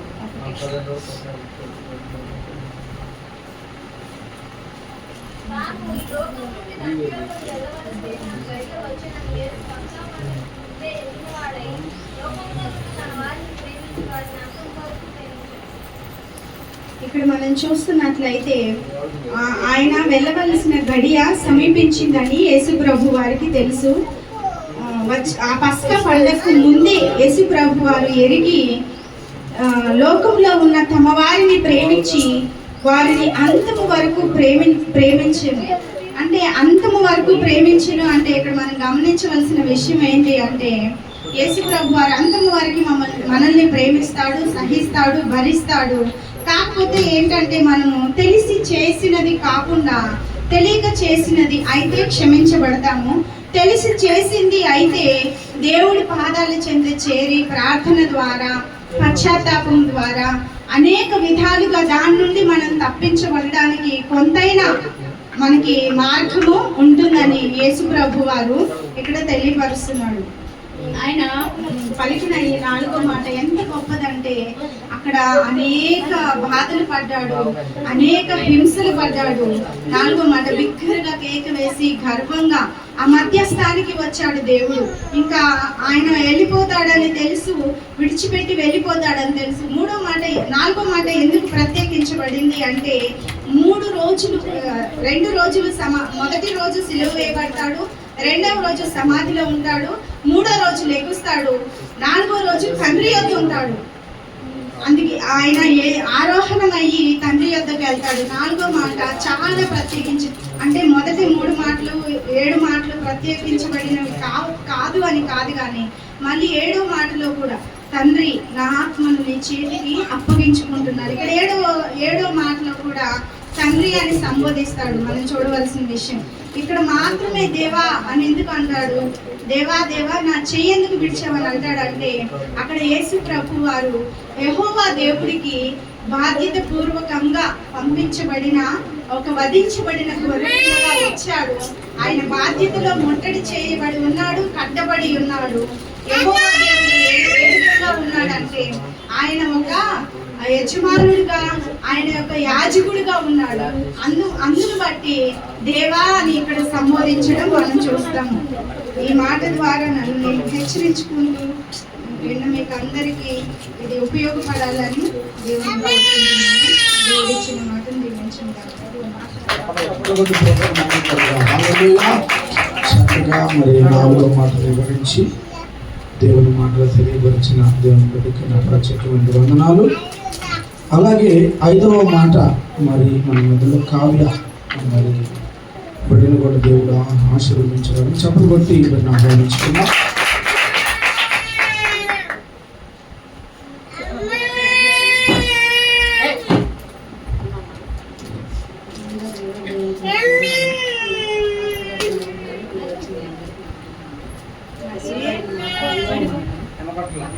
నాకున్న జ్ఞానాన్ని బట్టి నేను 5వ మాట గురించి నేను 3 విషయాలు అనుకున్నాను. 3 విషయాలు నాకు ఇచ్చిన సమయంలో కంప్లీట్ చేయడానికి ప్రయత్నిస్తాను.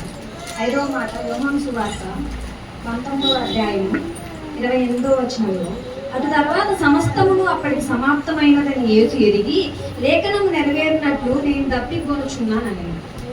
అయితే అప్పటి వరకు దేవుడు తనకి ఇచ్చిన బాధ్యత ఏ విధంగా అయితే రానక్క చెప్పిందో తనకి ఇచ్చిన బాధ్యత అంతా అయిపోయిందని తెలిసిన తర్వాత దేవుడు నేను తప్పికొనుచున్నాను అని చెప్పాడు. దేవుడు నేను తప్పికొనుచున్నానని ఎందుకు చెప్పాడు? రానక్క యోహాను సువార్త 13వ అధ్యాయం 1వ వచనంలో ఏం చెప్పింది? పస్కా పండగ రోజు గొర్రెపిల్ల వద్దకు వెళ్తుందని ఆయనకు ముందే తెలుసు. ఆయనకి 3 గంటల సమయంలో పస్కా పండగ రోజు గొర్రెపిల్లలు వధించబడతారని ఆయనకు ముందే తెలుసు. ఎందుకు తప్పికొంచున్నాను అన్నాడు? ఎందుకు ఎవరన్నా దాహం ఇస్తే ఇంకొంచెం సేపు బతుకుదామని అన్నాడా? లేదు. దాంట్లో చాలా అంతరార్థం ఉంది. మొదటిగా ఏంటంటే సంపూర్ణ మానవత్వాన్ని ఆయన చూపిస్తున్నాడు. సంపూర్ణంగా దేవుడు మానవ రూపంలో ఈ భూమి మీదకి వచ్చాడని దాహం కొంచున్నాను దప్పికొంచున్నానని చెప్తున్నాడు. మానవంగా ఉన్న మనము కొంచెం సేపు ఎండలోకి వెళ్ళొస్తేనే మనకు దాహం అవుతుంది. ఏదైనా తాగితే బాగుండు, దాహం తీర్చుకుంటే బాగుండని మనం అనుకుంటాం. అదే విధంగా దేవుడు కూడా తన సంపూర్ణమైన మానవుని రుజువు చేయడానికి నేను దాహం తీర్చున్నానని చెప్తాడు. హెబ్రీ 2:11 మనం చూస్తే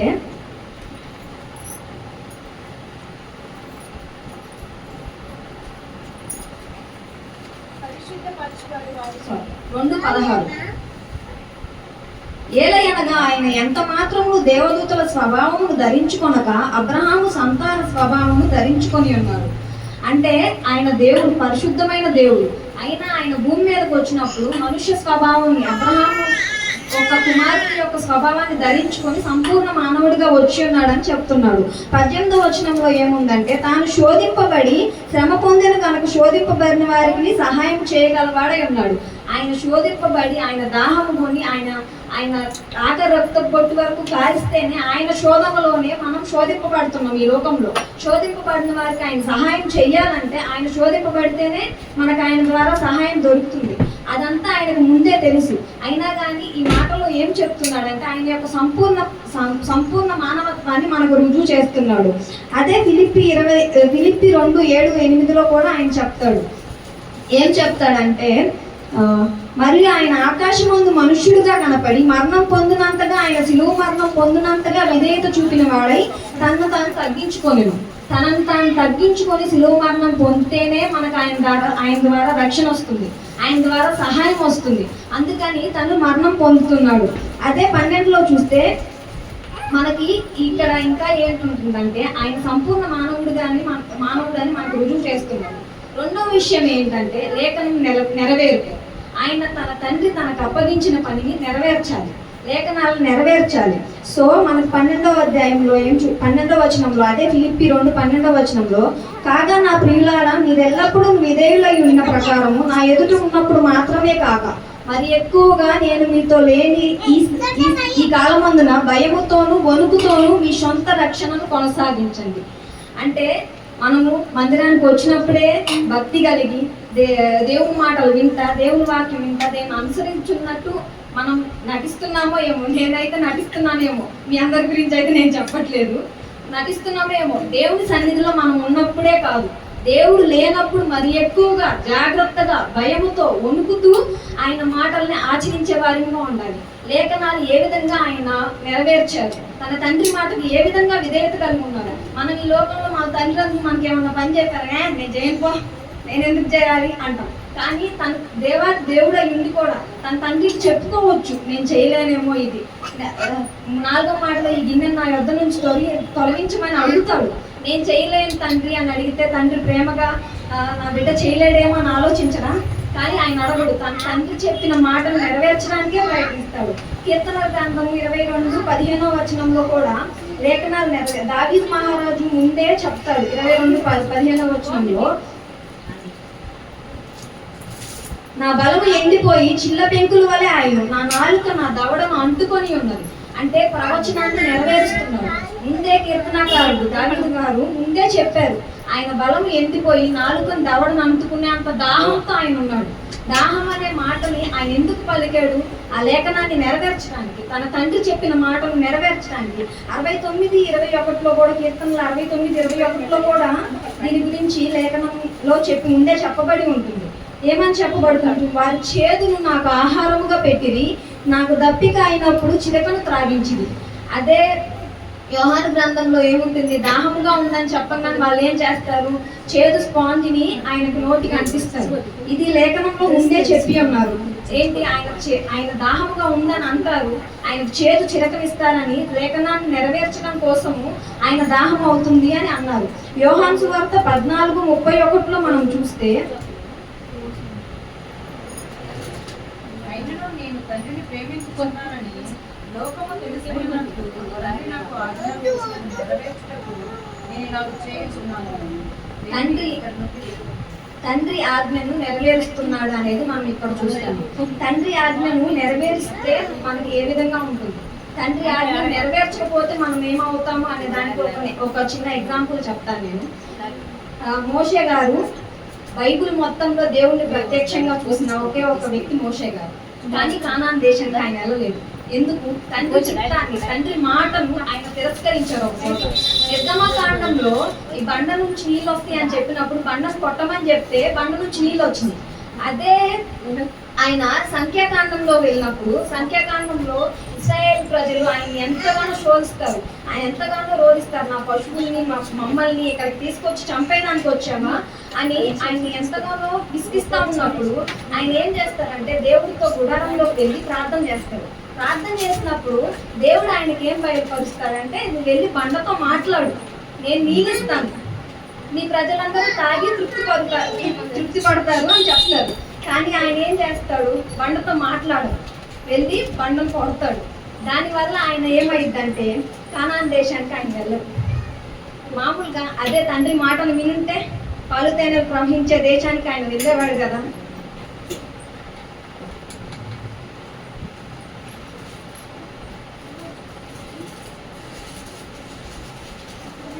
అది నేను రిఫరెన్స్ చూపిస్తాను.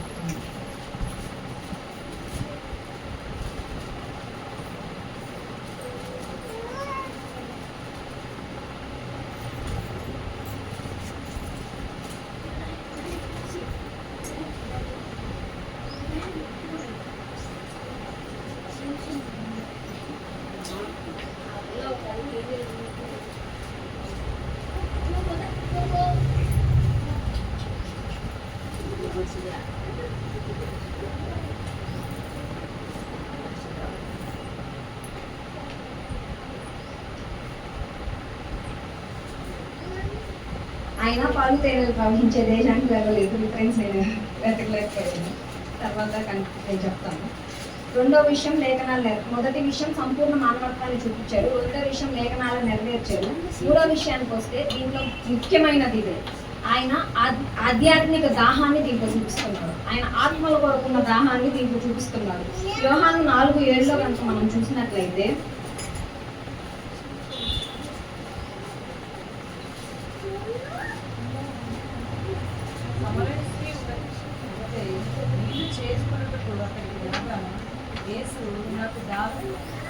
దాహంకి అడిగాను. ఇక్కడ నేను ఎగ్జాంపుల్ గా సమరైశ్రీని తీసుకున్నాను.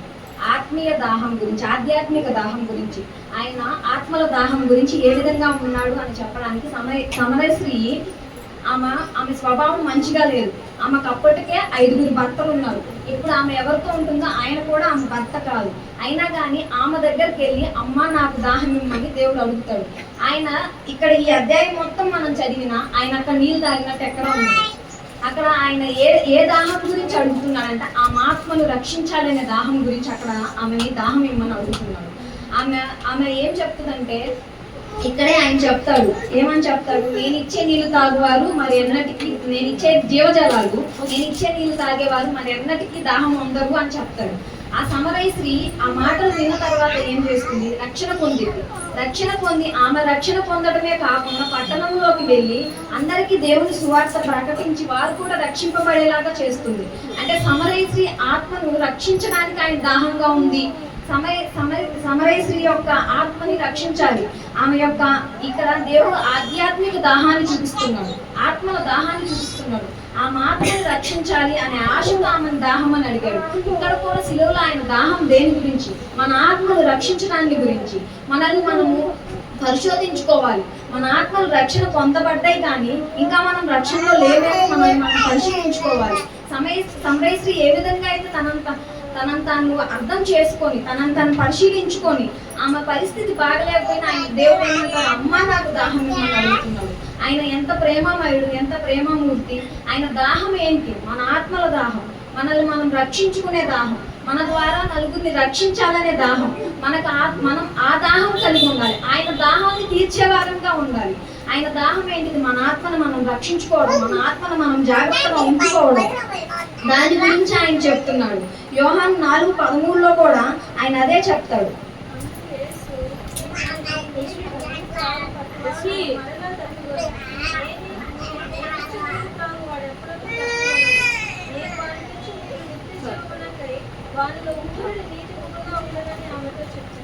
సో ఆయన మనల్ని ఏ దాహం తీర్చమని అడుగుతున్నాం? నిత్య జీవం ఇచ్చే దాహాన్ని, ఆయన దాహాన్ని మనం తీర్చేవారంగా మనం ఉండాలి. నిత్య జీవంలోనికి మనం ప్రవేశిస్తే ఆయన దాహాన్ని మనం తీర్చేవారంగా ఉంటాం. సో మనం అందరం అదే విధంగా మన ఆత్మలకు మనం బాధ్యులుగా ఉండాలి. మనతో పాటు ఇంకో ఆత్మలను రక్షించే దాహం కూడా ఆయన వల్లే మనం కూడా ఆ దాహం కలిగి ఉండాలి. ఆధ్యాత్మిక దాహం మనం కలిగి ఉండాలి, ఆత్మల దాహం మనం కలిగి ఉండాలి. ఆయన దాహాన్ని తీర్చే వారిగా కూడా మనం ఉండాలని నేను ఈ మాట ద్వారా మీకు తెలియజేయాలనుకుంటున్నాను. చక్కగా మరి 5వ మాటను వివరించిన దేవునికి నా ప్రత్యేకమైన వందనాలు. అలాగే మన మధ్యలో నిఖిల్ 6వ మాటను వచ్చి మనకి వ్యక్తపరుస్తారు. దేవుని చప్పట్లతో ఆహ్వానిస్తున్నాం.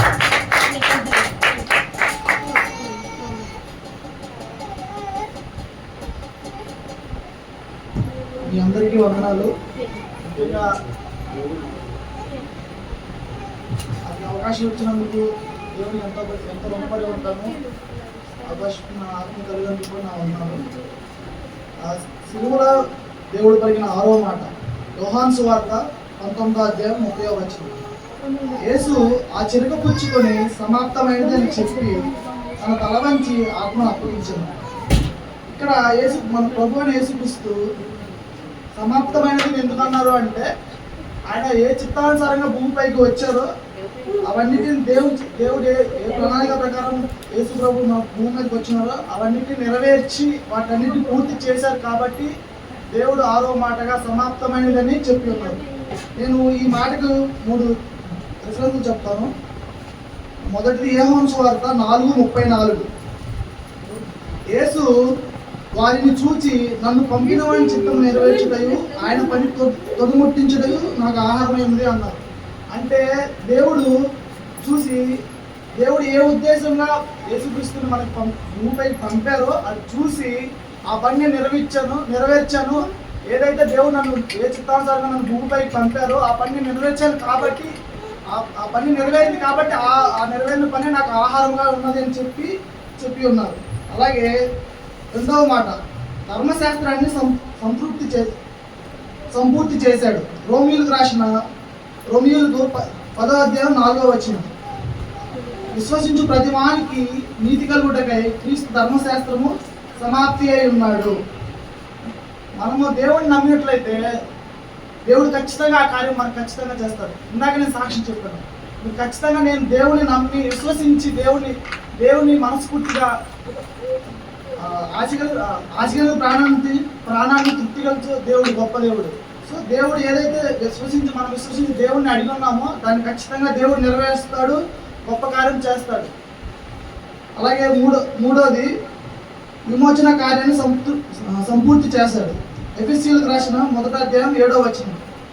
ఆయన రక్తము వలన మనకు విమోచనము అనగా అపరాధము క్షమాపణ మనకు కలిగి ఉన్నది. ఏదైతే దేవుడు ఆయన రక్తం వల్ల మనకి విమోచన కలిగి ఉన్నది. అంటే దేవుడు రక్తం కాచి మనం ఏవైతే పాపం చేసి ఉన్నామో వాటన్నిటిని దేవుడు రక్తం ద్వారా వాటిని శుద్ధిపరిచారు.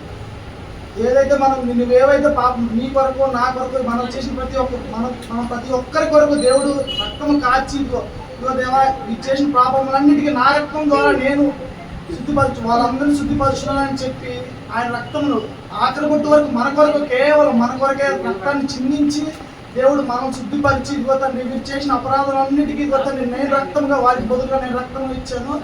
వారిని ఇదిగో తండ్రి వారు పరలోకంకి వచ్చినప్పుడు నేను వారి వరకు నా శరీరంలో నా రక్తం బలి చేసి ఉన్నానని చెప్పి గొప్ప కార్యం చేసి దేవుడు మన కొరకు బలి అయి ఉన్నారు. ఈ చిన్ని మాటలు దేవుడు దీవించిన కాక.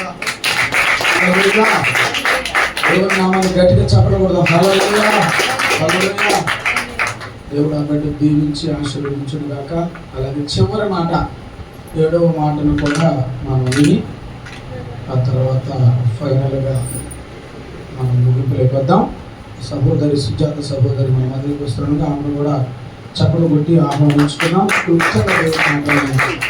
ఎవరైనా మనం విందాం. హల్లెలూయా, కొట్టండి గట్టిగా చప్పట్లు.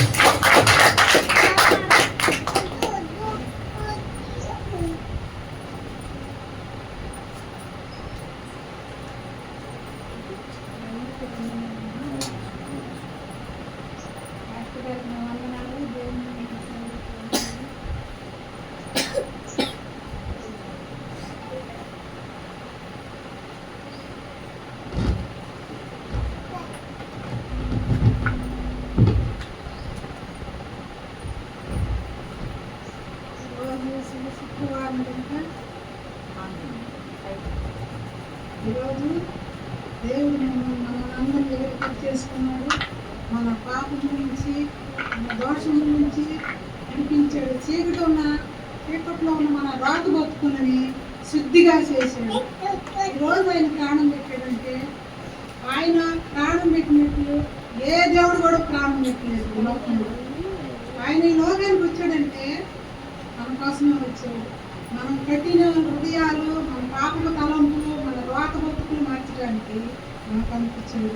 కాబట్టి ఇప్పటి వరకు 6 మాటలు మీతో దేవుడు మాట్లాడాడు. 6తో మాట్లాడుతున్నాడు. ఇప్పుడు 7వ మాట దేవుడు మాట్లాడుకుంటున్నాడు.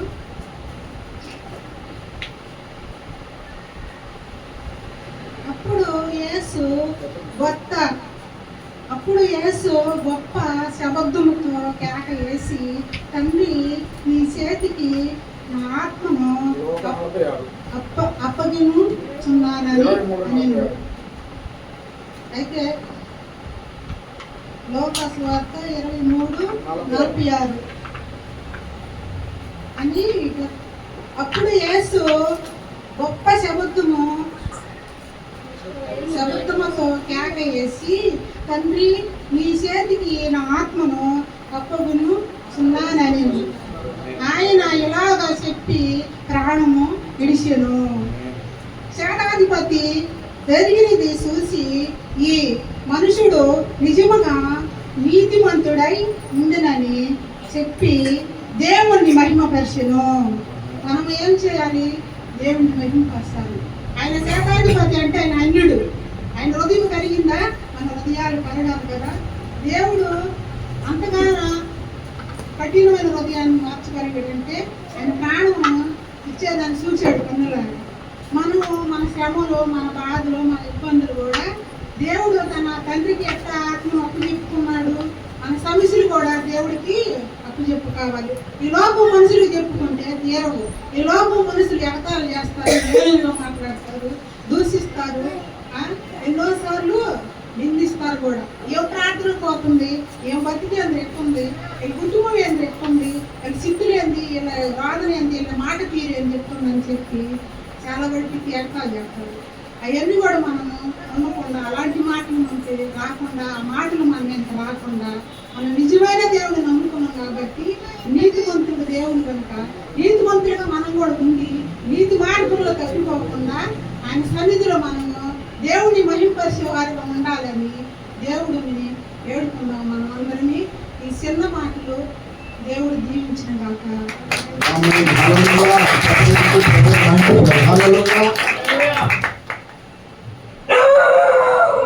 అది కూడా అలాగే చెప్పాడు.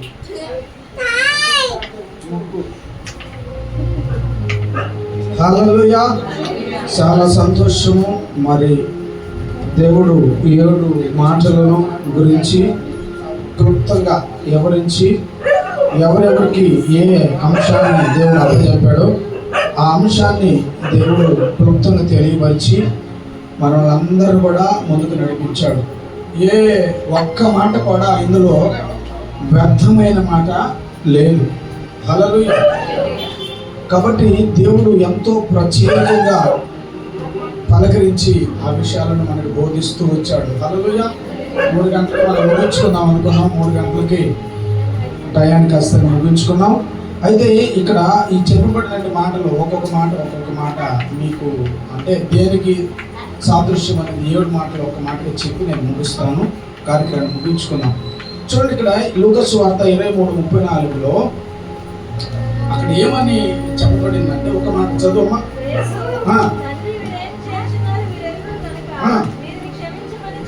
చాలు. అయితే ఇక్కడ దేవుడు క్షమాపణ కలిగినట్టు మనస్సాక్షిని తెలియపరుస్తున్నాడు. మనం ఎటు తిరిగినా ఈ మందిరానికి ఎటువైపు వచ్చినా, ఏ మార్గంలోకి వచ్చినా ఈ మందిరంలోకి మనం ఖచ్చితంగా వస్తాం. అలాగే దేవుడు కూడా ఈ మాటని తెలియపరిచి క్షమాపణను గురించి, క్షమాపణ అనేది ప్రతి మనిషిలో అది పుట్టాలి. ప్రతి మనిషి క్షమాపణ కలగాలి. ప్రతి మనిషి క్షమాపణలో ఉండాలి అనే సందర్భాన్ని అక్కడ ఎన్నో చాలా వివరణాలతో ఉండే మాటలు దేవుడు దాని మీద ఉండి, ఎక్కడ సిలువ మ్రాను మీద ఉండి కూడా ఆ మాటలు తెలియపరుస్తున్నాడు. ఇది అక్కడ నుండి చెప్పాలంటే గడుస్తుండాలి. ఏమైనా హల్లెలూయా. అక్కడ మ్రాను మీద ఉండి చెప్పాలంటే గడుస్తుండాలి. ఆ గడుస్తున్నట్టు వాడు రియల్ హీరో మన ప్రభు అయిన యేసుక్రీస్తు. హల్లెలూయా. ఆయన తప్ప ఎవడు చెప్పలేడు. అందుకే ఆయన సవాలు విసిరాడు ప్రపంచానికి, నాలో ఏమైనా పాపం ఉంటే మీరు ఎవరైనా చూపించండి. సవాలు విసిరాడు. ఎవ్వడు మాట్లాడలేకపోయాడు, మోగపోయాడు. అంతేగాని వాళ్ళ స్వార్థాలను బట్టి వాళ్ళు దేవుడిగా మారారు. కానీ దేవుడు క్షమాపణ చేయగలిగినటువంటి వాడు, క్షమాపణ చూపించగలిగినటువంటి వాడు. అంటే ఎంత ఘోరమైన వ్యక్తినైనా ఆయన క్షమించగలడానికి సమర్థుడు. ఆయన సమర్థుడు. ఇంకెవడికి చేత కదా అది. రెండవది ఎవడికి అది వర్తిస్తుందంటే ఆయనని అనుసరించి నడిచే వాళ్ళకి మాత్రమే అది సంభవిస్తుంది. అది చేయగలరు, లేకపోతే ఇంకెవరు చేయగలరు. ఎవరిస్తే పోతే చాలా టైం అవుతుంది. కాబట్టి మొట్టమొదటిది క్షమాపణతో కూడినట్టు మాట నేను చెప్పాడు. రెండవది లూకా 23:43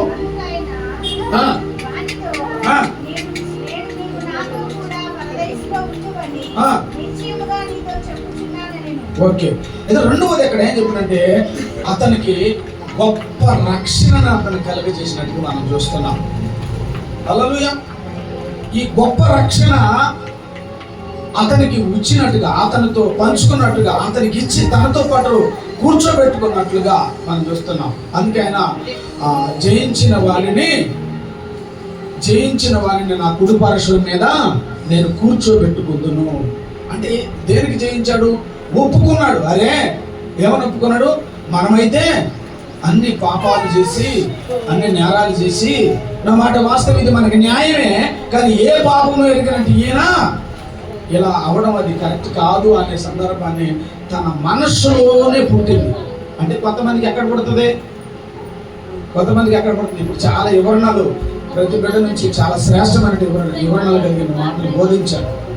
అయితే ఇక్కడ రెండవ సూచన మనకి ఏం చెబుతుందంటే ఆ వ్యక్తికి రక్షణ చూపించడం. రక్షణ కలిగిందా లేదా దొంగకి? ఏమైనా హల్లెలూయా. మొట్టమొదటిది క్షమాపణ జరిగింది, రెండవది రక్షణ జరిగింది, మూడవది వచ్చేసి యోహాను సువార్త 19:26-27 మనం చూస్తే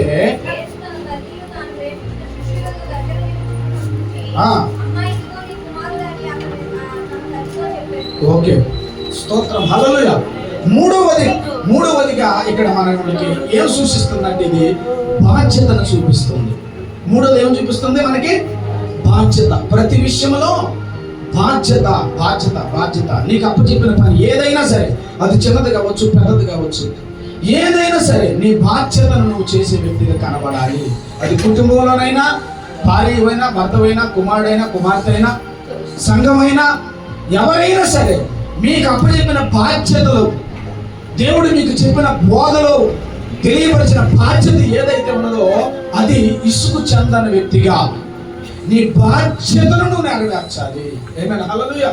నువ్వు ఎప్పుడైతే ఈ బాధ్యత నెరవేరుస్తావో అప్పుడే దేవుని కుమారుల లిస్టులో మనము ఉంచాలి.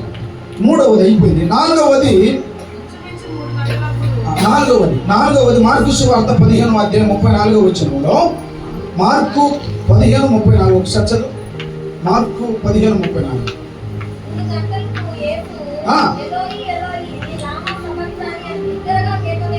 ఆమేన్ హల్లెలూయా. ఆమేన్ హల్లెలూయా, హల్లెలూయా. అయితే ఈ 4వ మాట దేన్ని సూచిస్తుందంటే తండ్రి కుమారునికి ఉన్నటి బాధ్యతని తెలియపరుస్తుంది. హల్లెలూయా. ఈ రెండింటి మధ్యలో ఏం కనిపిస్తుందంటే తండ్రి మధ్యలోను కుమారుడు మధ్యలో ఉన్నట్టు బాంధవ్యం ఏదైతే ఉన్నదో, ఆ బాంధవ్యం ఏదైతే ఉన్నదో దాన్ని నెరవేర్చేటట్టుగా సూచిస్తూ ఉన్నది. హల్లెలూయా. అయితే బాధ్యత, ఈ బాధ్యత కూడా తండ్రి చెప్పిన బాధ్యతే. ఈ బాధ్యత కూడా తండ్రి మనకి పెట్టిన బాధ్యతే. అంటే ఆ భారము, ఆ బాధ్యత, దేవుడు ఏదైతే మనకి ఆ భారాన్ని, ఆ బాధ్యతను అప్పచెప్పాడో మరి తల్లిదండ్రులు, తండ్రికి కుమారుడికి మధ్యలో ఉన్నట్టు ఆ బాధ్యత, అమ్మా నువ్వు పలానా పని చేయమని చెప్పాను చేసావా, పలానా పని చేయమని చెప్పాను చేసావా అని ఎవరికి చెప్తాడు? ఇంట్లో కుమారుడికి చెప్పినప్పుడు కుమారుడికి తండ్రికి ఉన్నట్టు ఆ మధ్యలో ఉన్న ఆ భేదాన్ని దాన్ని జ్ఞాపకం చేస్తూ ఉంది. హల్లెలూయా. అది దేవునికి మనకి కావచ్చు, అది సంఘ కాపరికి విశ్వాసులైన మీకు కావచ్చు. ఏ బాధ్యత అయితే తండ్రికి మనకి ఉన్నదో, ఏ బాధ్యత అయితే దైవ సేవకునికి సంఘానికి ఉన్నదో ఆ బాధ్యతలను మనం గుర్తించేటి వారిగా ఉండాలి. ఏమైనా హల్లెలూయా. చాలా మంది ఆ బాధ్యతని కొంతమంది గుర్తించు, దైవ సేవకులు వచ్చినప్పుడు దాన్ని అర్థం చేసుకోరు. దాన్ని ప్రతిదీ అడుగుతారా ఎవరైనా దైవ సేవకులు? నాకు తెలిసేది ఎవరు అడగరు. అసలు నేనైతే అసలు అడగను, నాకు ఇష్టం ఉండదు అట్లా. హల్లెలూయా. కానీ కుమారుడు ఆ బాధ్యత కలిగి ఆ తండ్రి చెప్పినట్టు బాధ్యత, ఆ వాక్యంలో వ్యక్తపడినట్టు బాధ్యత, ఆ వాక్యంలో చెప్పబడిన మాటలు, ఆ వాక్యంలో మీకు తగిలి వచ్చినట్టు మాట ఏదైతే ఉన్నదో ఆ బాధ్యత కలిగినట్టు బాంధవ్యాన్ని మనం కలిగి ఉండాలి. ఇది ఈ మాటను మనకు తెలియపరుస్తూ ఉంది. నెక్స్ట్ మనము ఐదవది మనం చూస్తే యోహాను సువార్త 19:28 ఒక మాట రాయబడింది. అక్కడ ఏం బాధ్యత? సమస్తమును అప్పటికి సమాప్తమైనదని యేసు ఎరిగి లేఖనములు నెరవేరినట్లు తప్పికొనుచున్నానని. ఆమేన్ హల్లెలూయా. ఈ 5వ మాట మన సహోదరి ఇందాక కావ్య చెప్పింది, చాలా ఎక్సలెంట్ గా అది రాయబడిన మాట చెప్పింది. ఏంటంటే ఈ 5వ మాట ఆత్మల పట్ల భారము కలిగినటువంటి బాధ్యత మనం ఉండాలట. ఆయన ఏమన్నాడు? మళ్ళీ చదువుతారు ఏమాట? లేఖనాలు ఏ విధంగా అయితే నెరవేర్ప జరిగినాయో నేను దేని గురించి తప్పికొని ఉన్నాను. అదే ఇందాక బిడ్డ వివరించింది. ఏ నీళ్లు అయితే మీరిచ్చే నీళ్లు నాకు మరలా దప్పిక అవుతాయి, కానీ నేనిచ్చే నీళ్లు తాగిన వాడు ఇంకెన్నడికి దప్పికొన్నాడు. ఇది ఈ దాహము, ఆత్మల పట్ల భారము, బాధ్యత. నువ్వే రక్షించబడ్డావు, నీ భర్త రక్షించబడుతా, నీ భర్త నువ్వే రక్షించబడ్డావు, నీ బంధువులు రక్షించబడుతా, నీ రక్త సంబంధాలు, నీ బంధువులు, నీ ఇంట్లో ఉన్న వాళ్ళు రక్షించబడుతా. వాళ్ళు రక్షించబడాలంటే నీ క్రియ, నా క్రియలు ఎలాగ ఉండాలి? దేవునికి ఎలాగ ఉండాలి? చూడండి, అయస్కాంతానికి దగ్గర మరొక ఏదన్నా ఇనుప ముక్క వేసేవాళ్ళకి ఏమైంది? అది నేను నిన్ను అతుక్కోను అని దూరం ఉంటుంది. అది ఏం చేసింది? అది ఎమ్మటే వచ్చి దాని ఆకర్షణకి ఎమ్మటే వచ్చేసి పక్కన.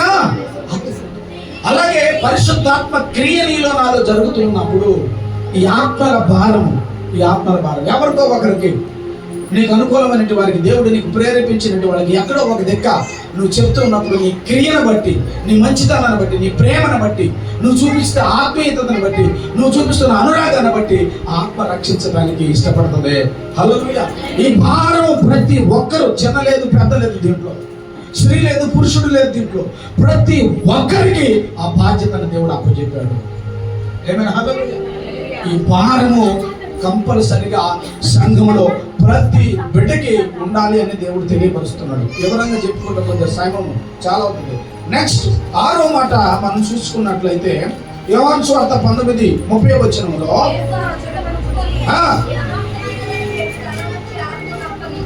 ఆమేన్ హల్లెలూయా, హల్లెలూయా. చూడండి, ఇక్కడ అప్పగించుకున్నాడు. ఇక్కడ నువ్వు కూడా ఏం చేయాలంటే నీకు ఏ పనులైతే అప్పచెప్పారో ఆ అప్పచెప్పే దాంట్లో నువ్వు నమ్మకంగా ఉండాలి. ఏమైనా హల్లెలూయా. నీకు ఏ పనులు అప్పచెప్పారు, ఏ పనులు అప్పచెప్పారు? సంఘంలో ఎన్నో పనులు ఉంటాయి. సంఘంలో ఎన్నో పనులు, చర్చికి సంబంధించిన కార్యాలు ఎన్నో మన చర్చి, మన మందిరానికి ఎలా ఉండాలి, మన మందిరానికి ఈ విధంగా ఉండాలి, మన మందిరం ఎంత పొడవు ఉండాలి, మన మందిరం ఎంత అడవి ఉండాలి, మన మందిరానికి ఇది పొదువుగా ఉన్నది, మన మందిరానికి ఇది అవసరమై ఉంది, మన మందిరానికి ఇది తరువుగా ఉన్నది అని భారాన్ని తీసుకొని ఆ బాధ్యతలను నెరవేర్చేవారిగా. ఇంకా దైవ సేవకులు కానీ విశ్వాసులు కానీ బయట నుంచి వచ్చినప్పుడు నీ పాటికి నువ్వే అదర తయారై కూర్చోటం కాదు, కానీ నువ్వు ఇంకా భారం కలిగిన వ్యక్తి అయితే వచ్చినట్టు వాళ్ళని, అన్నయ్య ఇదికి ఇక్కడ కూర్చోండి, అక్క మీరు ఇక్కడ కూర్చోండి, ఇదికి వాటర్ తాగండి, ఇదికి ఈ నీళ్లు తాగండి, అక్కడ మీరు ఇక్కడ కూర్చోండి, మీకు వందనాలు అని చెప్పే మర్యాద భావాన్ని దేవుడు ఇక్కడ మనకు చూపిస్తూ ఉన్నాడు. హల్లెలూయా. నీ పాటికి నువ్వే వర్తించివి, నా పక్కన కూర్చుంది నాకు నచ్చిందా నాకు నచ్చందా అని చూసుకుంటుంటివి, అక్కడే కూర్చోడానికి ప్రయత్నం చేస్తున్నామే తప్ప ఆ భారాన్ని బాధ్యతను మనం మోస్తున్నామా లేదా అని ఒక్కసారి మీరు అర్థం చేసుకోవాలి. నువ్వు ఎప్పుడైతే ఆ భావాన్ని, ఆ బాంధవ్యాన్ని మనం తెలుసుకుంటావో దేవుడు అక్కడ నిన్ను అరలేనటువంటి మనిషిగా చూస్తాడు, కొరత లేనటువంటి మనిషిగా నిన్ను చూస్తాడు. అప్పుడు దేవుడు సరాసరిగా నిన్ను ఆశీర్వదిస్తాడు. చూడండి, నోవా కుటుంబము దీవించబడడానికి కారణం ఏమిటి అంటే, నోవాహు అప్పుడు ఆ ప్రాంతంలో ఉన్నప్పుడు అటువంటి వాళ్ళు నోవాహుకి కనపడలేదా? ఆ ప్రాంతం మొత్తం అటువంటి వాళ్ళే, కానీ అతడు ప్రత్యేకించబడ్డాడు, ప్రత్యేకంగా నిలబడ్డాడు. ఇవన్నీ నాకు అవసరం లేదు అనుకున్నాడు. వాళ్ళ వైపు వాళ్ళు ఆయన వెళ్ళలేదు, కానీ ఆయన పడవ కట్టుకుంటున్నాడు, కుటుంబాన్ని నడిపించుకున్నాడు, సువార్త మళ్ళీ చెబుతూ ఉన్నాడు. దేవుడు అప్పచెప్పిన బాధ్యతని అప్పచెప్పుకుంటున్నాడు, కానీ ఎవరు లోపడలేదు. కానీ లోపడినట్టు నోవా కుటుంబం మాత్రమే నిలబడింది. ఇక్కడ దేవుడు కూడా ఆ భావాన్ని మనకు తెలియపరుస్తూ ఈ సందర్భాన్ని మనకి ఏమని చెబుతున్నాడంటే, నీకు అప్పగింపబడినట్టి పనిని నమ్మకంగా నేను చేయాలి. చేస్తానమా నమ్మకంగా? ఒక పని మనం అప్పచెప్పామనుకో, ఆ పని నమ్మకంగా చేస్తానమా? ఏమైనా హల్లెలూయా. ఉదాహరణకు ఒక చిన్న మాట, మందిరంలో చెప్పులు స్టాండ్ ఉంది, తీసుకొచ్చి అక్కడ పెట్టాము. వచ్చినట్టు వాళ్ళు ఏడే తిడుతున్నారు, ఆడదులు పెట్టారు. ఇది చెప్పడానికి మీకు ఒకవేళ బాధగా ఉండొచ్చేమో, కానీ బాధ్యతను తెలుసుకోవాలి. ఎవరి బాధ్యత వాళ్ళే తెలుసుకోవాలి. నా పని నేను చేసుకున్నాను అనుకో, మీకు భారం ఉండదు. నా ఇంట్లో అన్ని భారాలు నా ఇంట్లో మనం చేసిందనుకో, పాస్టర్ గారు చేసిందనుకో, భారం ఉంటుందా? భారం ఉండదా? ఉండదా? కాబట్టి ఎవరి బాధ్యతను వాళ్ళు మనం సరిచేసుకునే వాళ్ళుగా మనం కనబడాలి. అప్పుడే భారం అనేది తక్కువగా ఉన్నది, ప్రేమ అనేది ఆప్యాయంగా పెరిగిపోతా ఉన్నది, దేవుని ఉద్దేశాలను ఎక్కువగా నెరవేర్చడానికి మనకి ఇష్టపడతా ఉంటుంటారు. ఏమే హల్లెలూయా. కాబట్టి దయచేసి 6వది మీకు తెలియపరిచింది ఏంటంటే, మీకు అప్పచెప్పిన పని. 7వది ఏం సూచిస్తుందో చూద్దాం. లూకా సువార్త 23:46 మనం సూచిస్తే,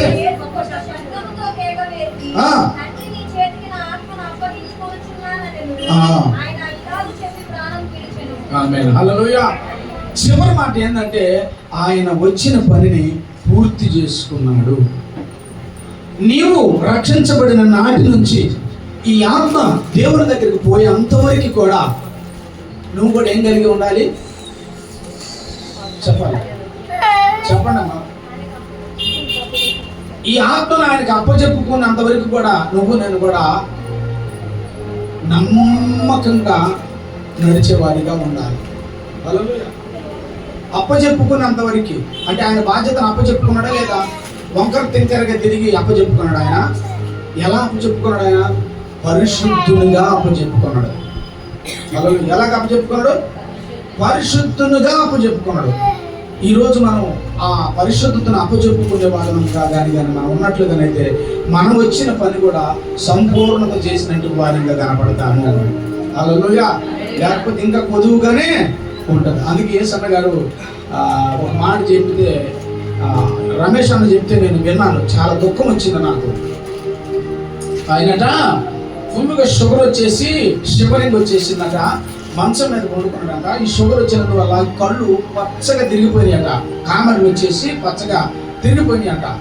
అప్పుడు చిన్నది వాళ్ళు అప్పుడు బైబిల్ స్టడీ ఒకటి చిన్నది చేసినప్పుడు వాళ్ళు అడిగారంట, రే ఈ బైబిల్ సెమినారీలో ఒక అరగంట నేను చెప్తాను రా అన్నాడంట, మాట్లాడతాను రా అన్నాడంట.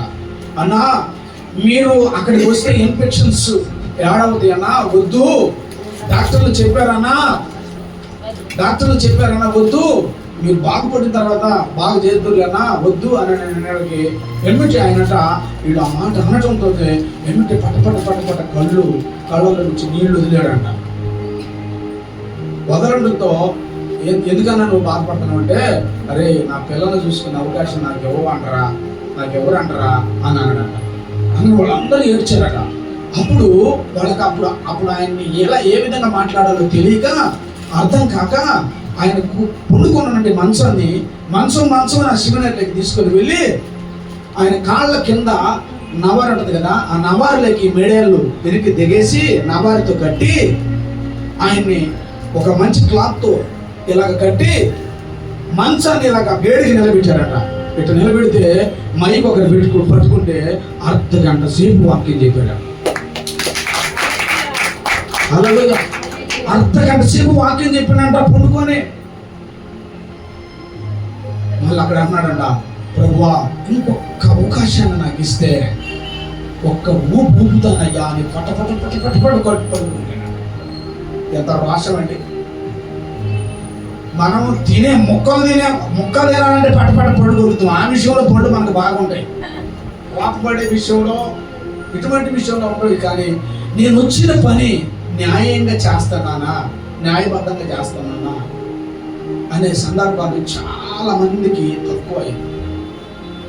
అందుకని మీకు తెలియపరిచేది ఏంటంటే, నా చేతులెత్తి మీకు తెలియపరిచేది ఏంటంటే, ఈరోజు వర్తమానాన్ని 7 మాటలు చెప్పారు. మగపిల్లలు కావచ్చు, ఆడపిల్లలు. మీకు కూడా దండం పెట్టి చెప్తున్నా ఏంటంటే, ఈ రోజు వరకే దాన్ని పరిపూర్ణత చేయొద్దు ప్లీజ్. ఈరోజు మీ నోట నుంచి వచ్చిన ప్రతి మాట దేవుడు సంతోషిస్తున్నాడు. మందిరంలో ఉండి హల్లెలూయా, ఇంకా సంతోషపడాలని ఆయన కోరుకుంటున్నాడు. మీరు చెప్పిన గ్రీటింగ్స్ కావచ్చు, మీరు చెప్పిన వర్తమానం కావచ్చు, దేవుడు సంతోషిస్తున్నాడు. దాంతోపాటు ఆయన పనివానిగా నేను కూడా ఆనందపడుతున్నాను. బట్ ఆ విధమైనటువంటి మార్గంలోకి ఇంకా షైనింగ్ కావాలని దేవుని తర్వాత పనివాడిని నేను కోరుకుంటున్నాను. హల్లెలూయా.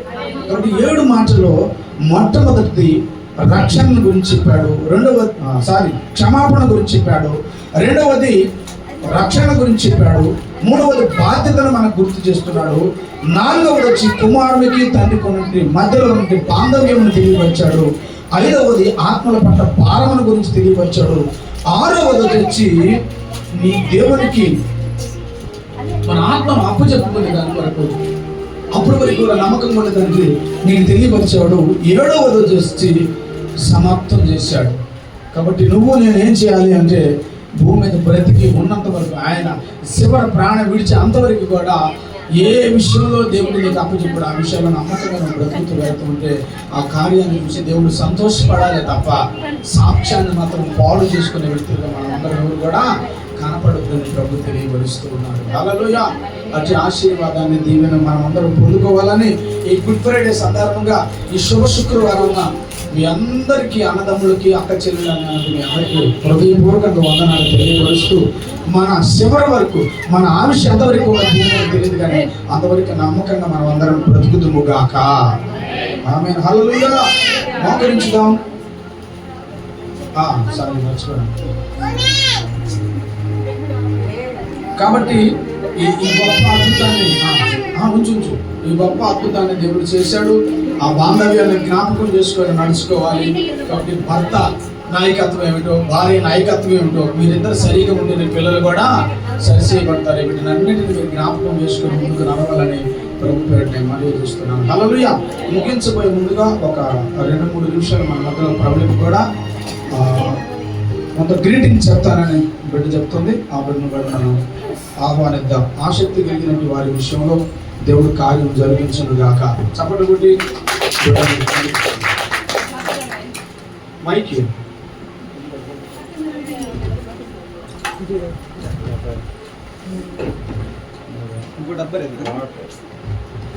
డిస్పోజల్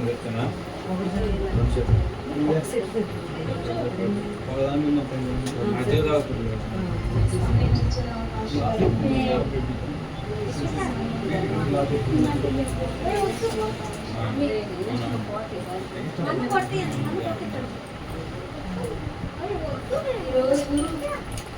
గుడ్ ఫ్రైడే శుక్రవారం కనుక దేవుడు మనుషులు చనిపోతే ఏమంటారంటే సంతాప దినం అని అంటారు. కానీ మన దేవుడు చనిపోయేటప్పుడు ఈరోజు పరిశుద్ధమైన రోజున దేవుడు చనిపోతూ మనకి మంచి రోజులు మనకి ఇచ్చేది. ఈ రీతిగా మనందరం కూడా ఎంత చక్కగా మందిరంలో ఉండి ఇలాంటి మంచి మాటలు చెప్పుకుంటూ చక్కని బట్టలు వేసుకుంటా కుటుంబాలతో మందిరంలో ఉన్నామంటే ఈ రోజు ఆయన మరణించాలంటే మనకు రక్షణ పొందాము. ఇంకా ఎంతో ఈరోజు ఎంతమంది మరణిస్తున్నారో, ఎంతమంది ఇంకా కక్షలు మానవంగాలతో మరణించారు. వాళ్ళతో మనం లేమంటే మనం ధన్యులు. ఎందుకు ధన్యులం అంటే ధన్యులం అయినందుకు మళ్ళీ సంతోషపడకూడదు. మనం ఆయనలో మనం కరెక్ట్గా ఉన్నామా లేదా, క్రైస్తవ అయి కూడా మనం ఆయన మాటలను ఆయన ఆజ్ఞలను మనం అనుసరిస్తున్నామా మనమే పరీక్షించుకోవాలి. నేను ఎన్నోసార్లు ప్రభా నాకు ఈ గొప్ప ధన్యతను నువ్వు ఇచ్చావు. నేను రోడ్డు మీద వెళ్తున్నప్పుడు కానీ త్రాగుపోతులు కానీ ఎవరైనా నా ఎదురుగా కుటుంబాలు చల్లా చెదరవుతున్నా కానీ మేము ఇద్దరం కలిసి చెప్పుకొని కన్నీటి ప్రార్థన చేసుకుంటాం. మేమున్నట్టే వారు కూడా మాకంటే కూడా గొప్ప ధన్యతను వారు పొందుకోవాలి. తండ్రి, ఈ లోకం శాశ్వతం కాదు, ఈ లోకం కొంతకాలమే. ఈ లోకం మనకి మనిషికి వచ్చి 100 సంవత్సరాలు ఇచ్చాడు దేవుడు. 100 సంవత్సరాలు మనం ఉంటామో లేదో తెలియదు, కానీ ఆయన రాక మునిపే మనం గుర్తెరిగి ఆయన మాటలను అనుసరించి మనం పరిశుద్ధంగా ఆయన ఆజ్ఞలను పాటించి ఆయన ఆలోచనలను అనుసరించి మనము పరిశుద్ధంగా నడుచుకోవాలని మనందరం కూడా అనుకోవాలి. ఈ పరిశుద్ధమైన దినాన సంతోషంగా మనందరం ఈ చక్కని మాటలు చెప్పుకుంటూ ఆయన మహిమ పొందడని మనం అందరం అనుకోవాలి. ఎందుకంటే ఎందరో నశించిపోతున్నారు. మనం ఇంత చక్కగా ఉండి కూడా ఇంత ధన్యతను మనం పొందుకున్నాం. కోట్లు ఎంత ఇల్లు కోట్లు కార్లు లేకపోయినా కూడా మనం రక్షితులు ఆయన బిడ్డలమైనందుకు మనం ఎంత ధన్యులం అంటే అసలు ఏమిచ్చి కూడా ఆయన రుణం మనం తీర్చుకోలేము. కుటుంబంతో కలిసి ఈ రీతిగా ఉన్నామంటే దేవుడి కృప. ఇంత ధన్యత ఇచ్చాడంటే ఆయనకి 2 వందనాలు చెల్లించుకుంటున్నాను నేను. ఇంత గొప్ప ధన్యత అందరూ కూడా పొందుకోవాలని మనం ఈరోజు ప్రతి ఒక్కరు నశించిపోతున్నారు. ప్రతి ఒక్కరి గురించి మనం ప్రార్థన చేయాలి. వారు మరణిస్తున్నారు, లోకానుసారంగా జీవిస్తున్నారు. ముఖ్యంగా ఎంత భయంకరమైన యాక్సిడెంట్లు వాటిలో మనం లేవంటే మనం అసలు ఎంత అదృష్టవంతులని. సజీవుల లెక్కలో మనం నుంచి కూడా మనం ఇంకా ఏం సాధిస్తున్నాం, ఇంకా ఎవరిన ఆత్మలను మనం సంపాదిస్తున్నామా లేదా, ఇంకా మనం అంతగా ప్రోత్సహించుకొని ఆయనలో గొప్పగా ఆయనతో నడిచే వారిగా మనం ఉండాలి. ఈ చిన్ని మాటలు దేవుడు దీవించిన దాకా. స్తోత్రం, హల్లెలూయా. చక్కని మాటలు వివరించారు.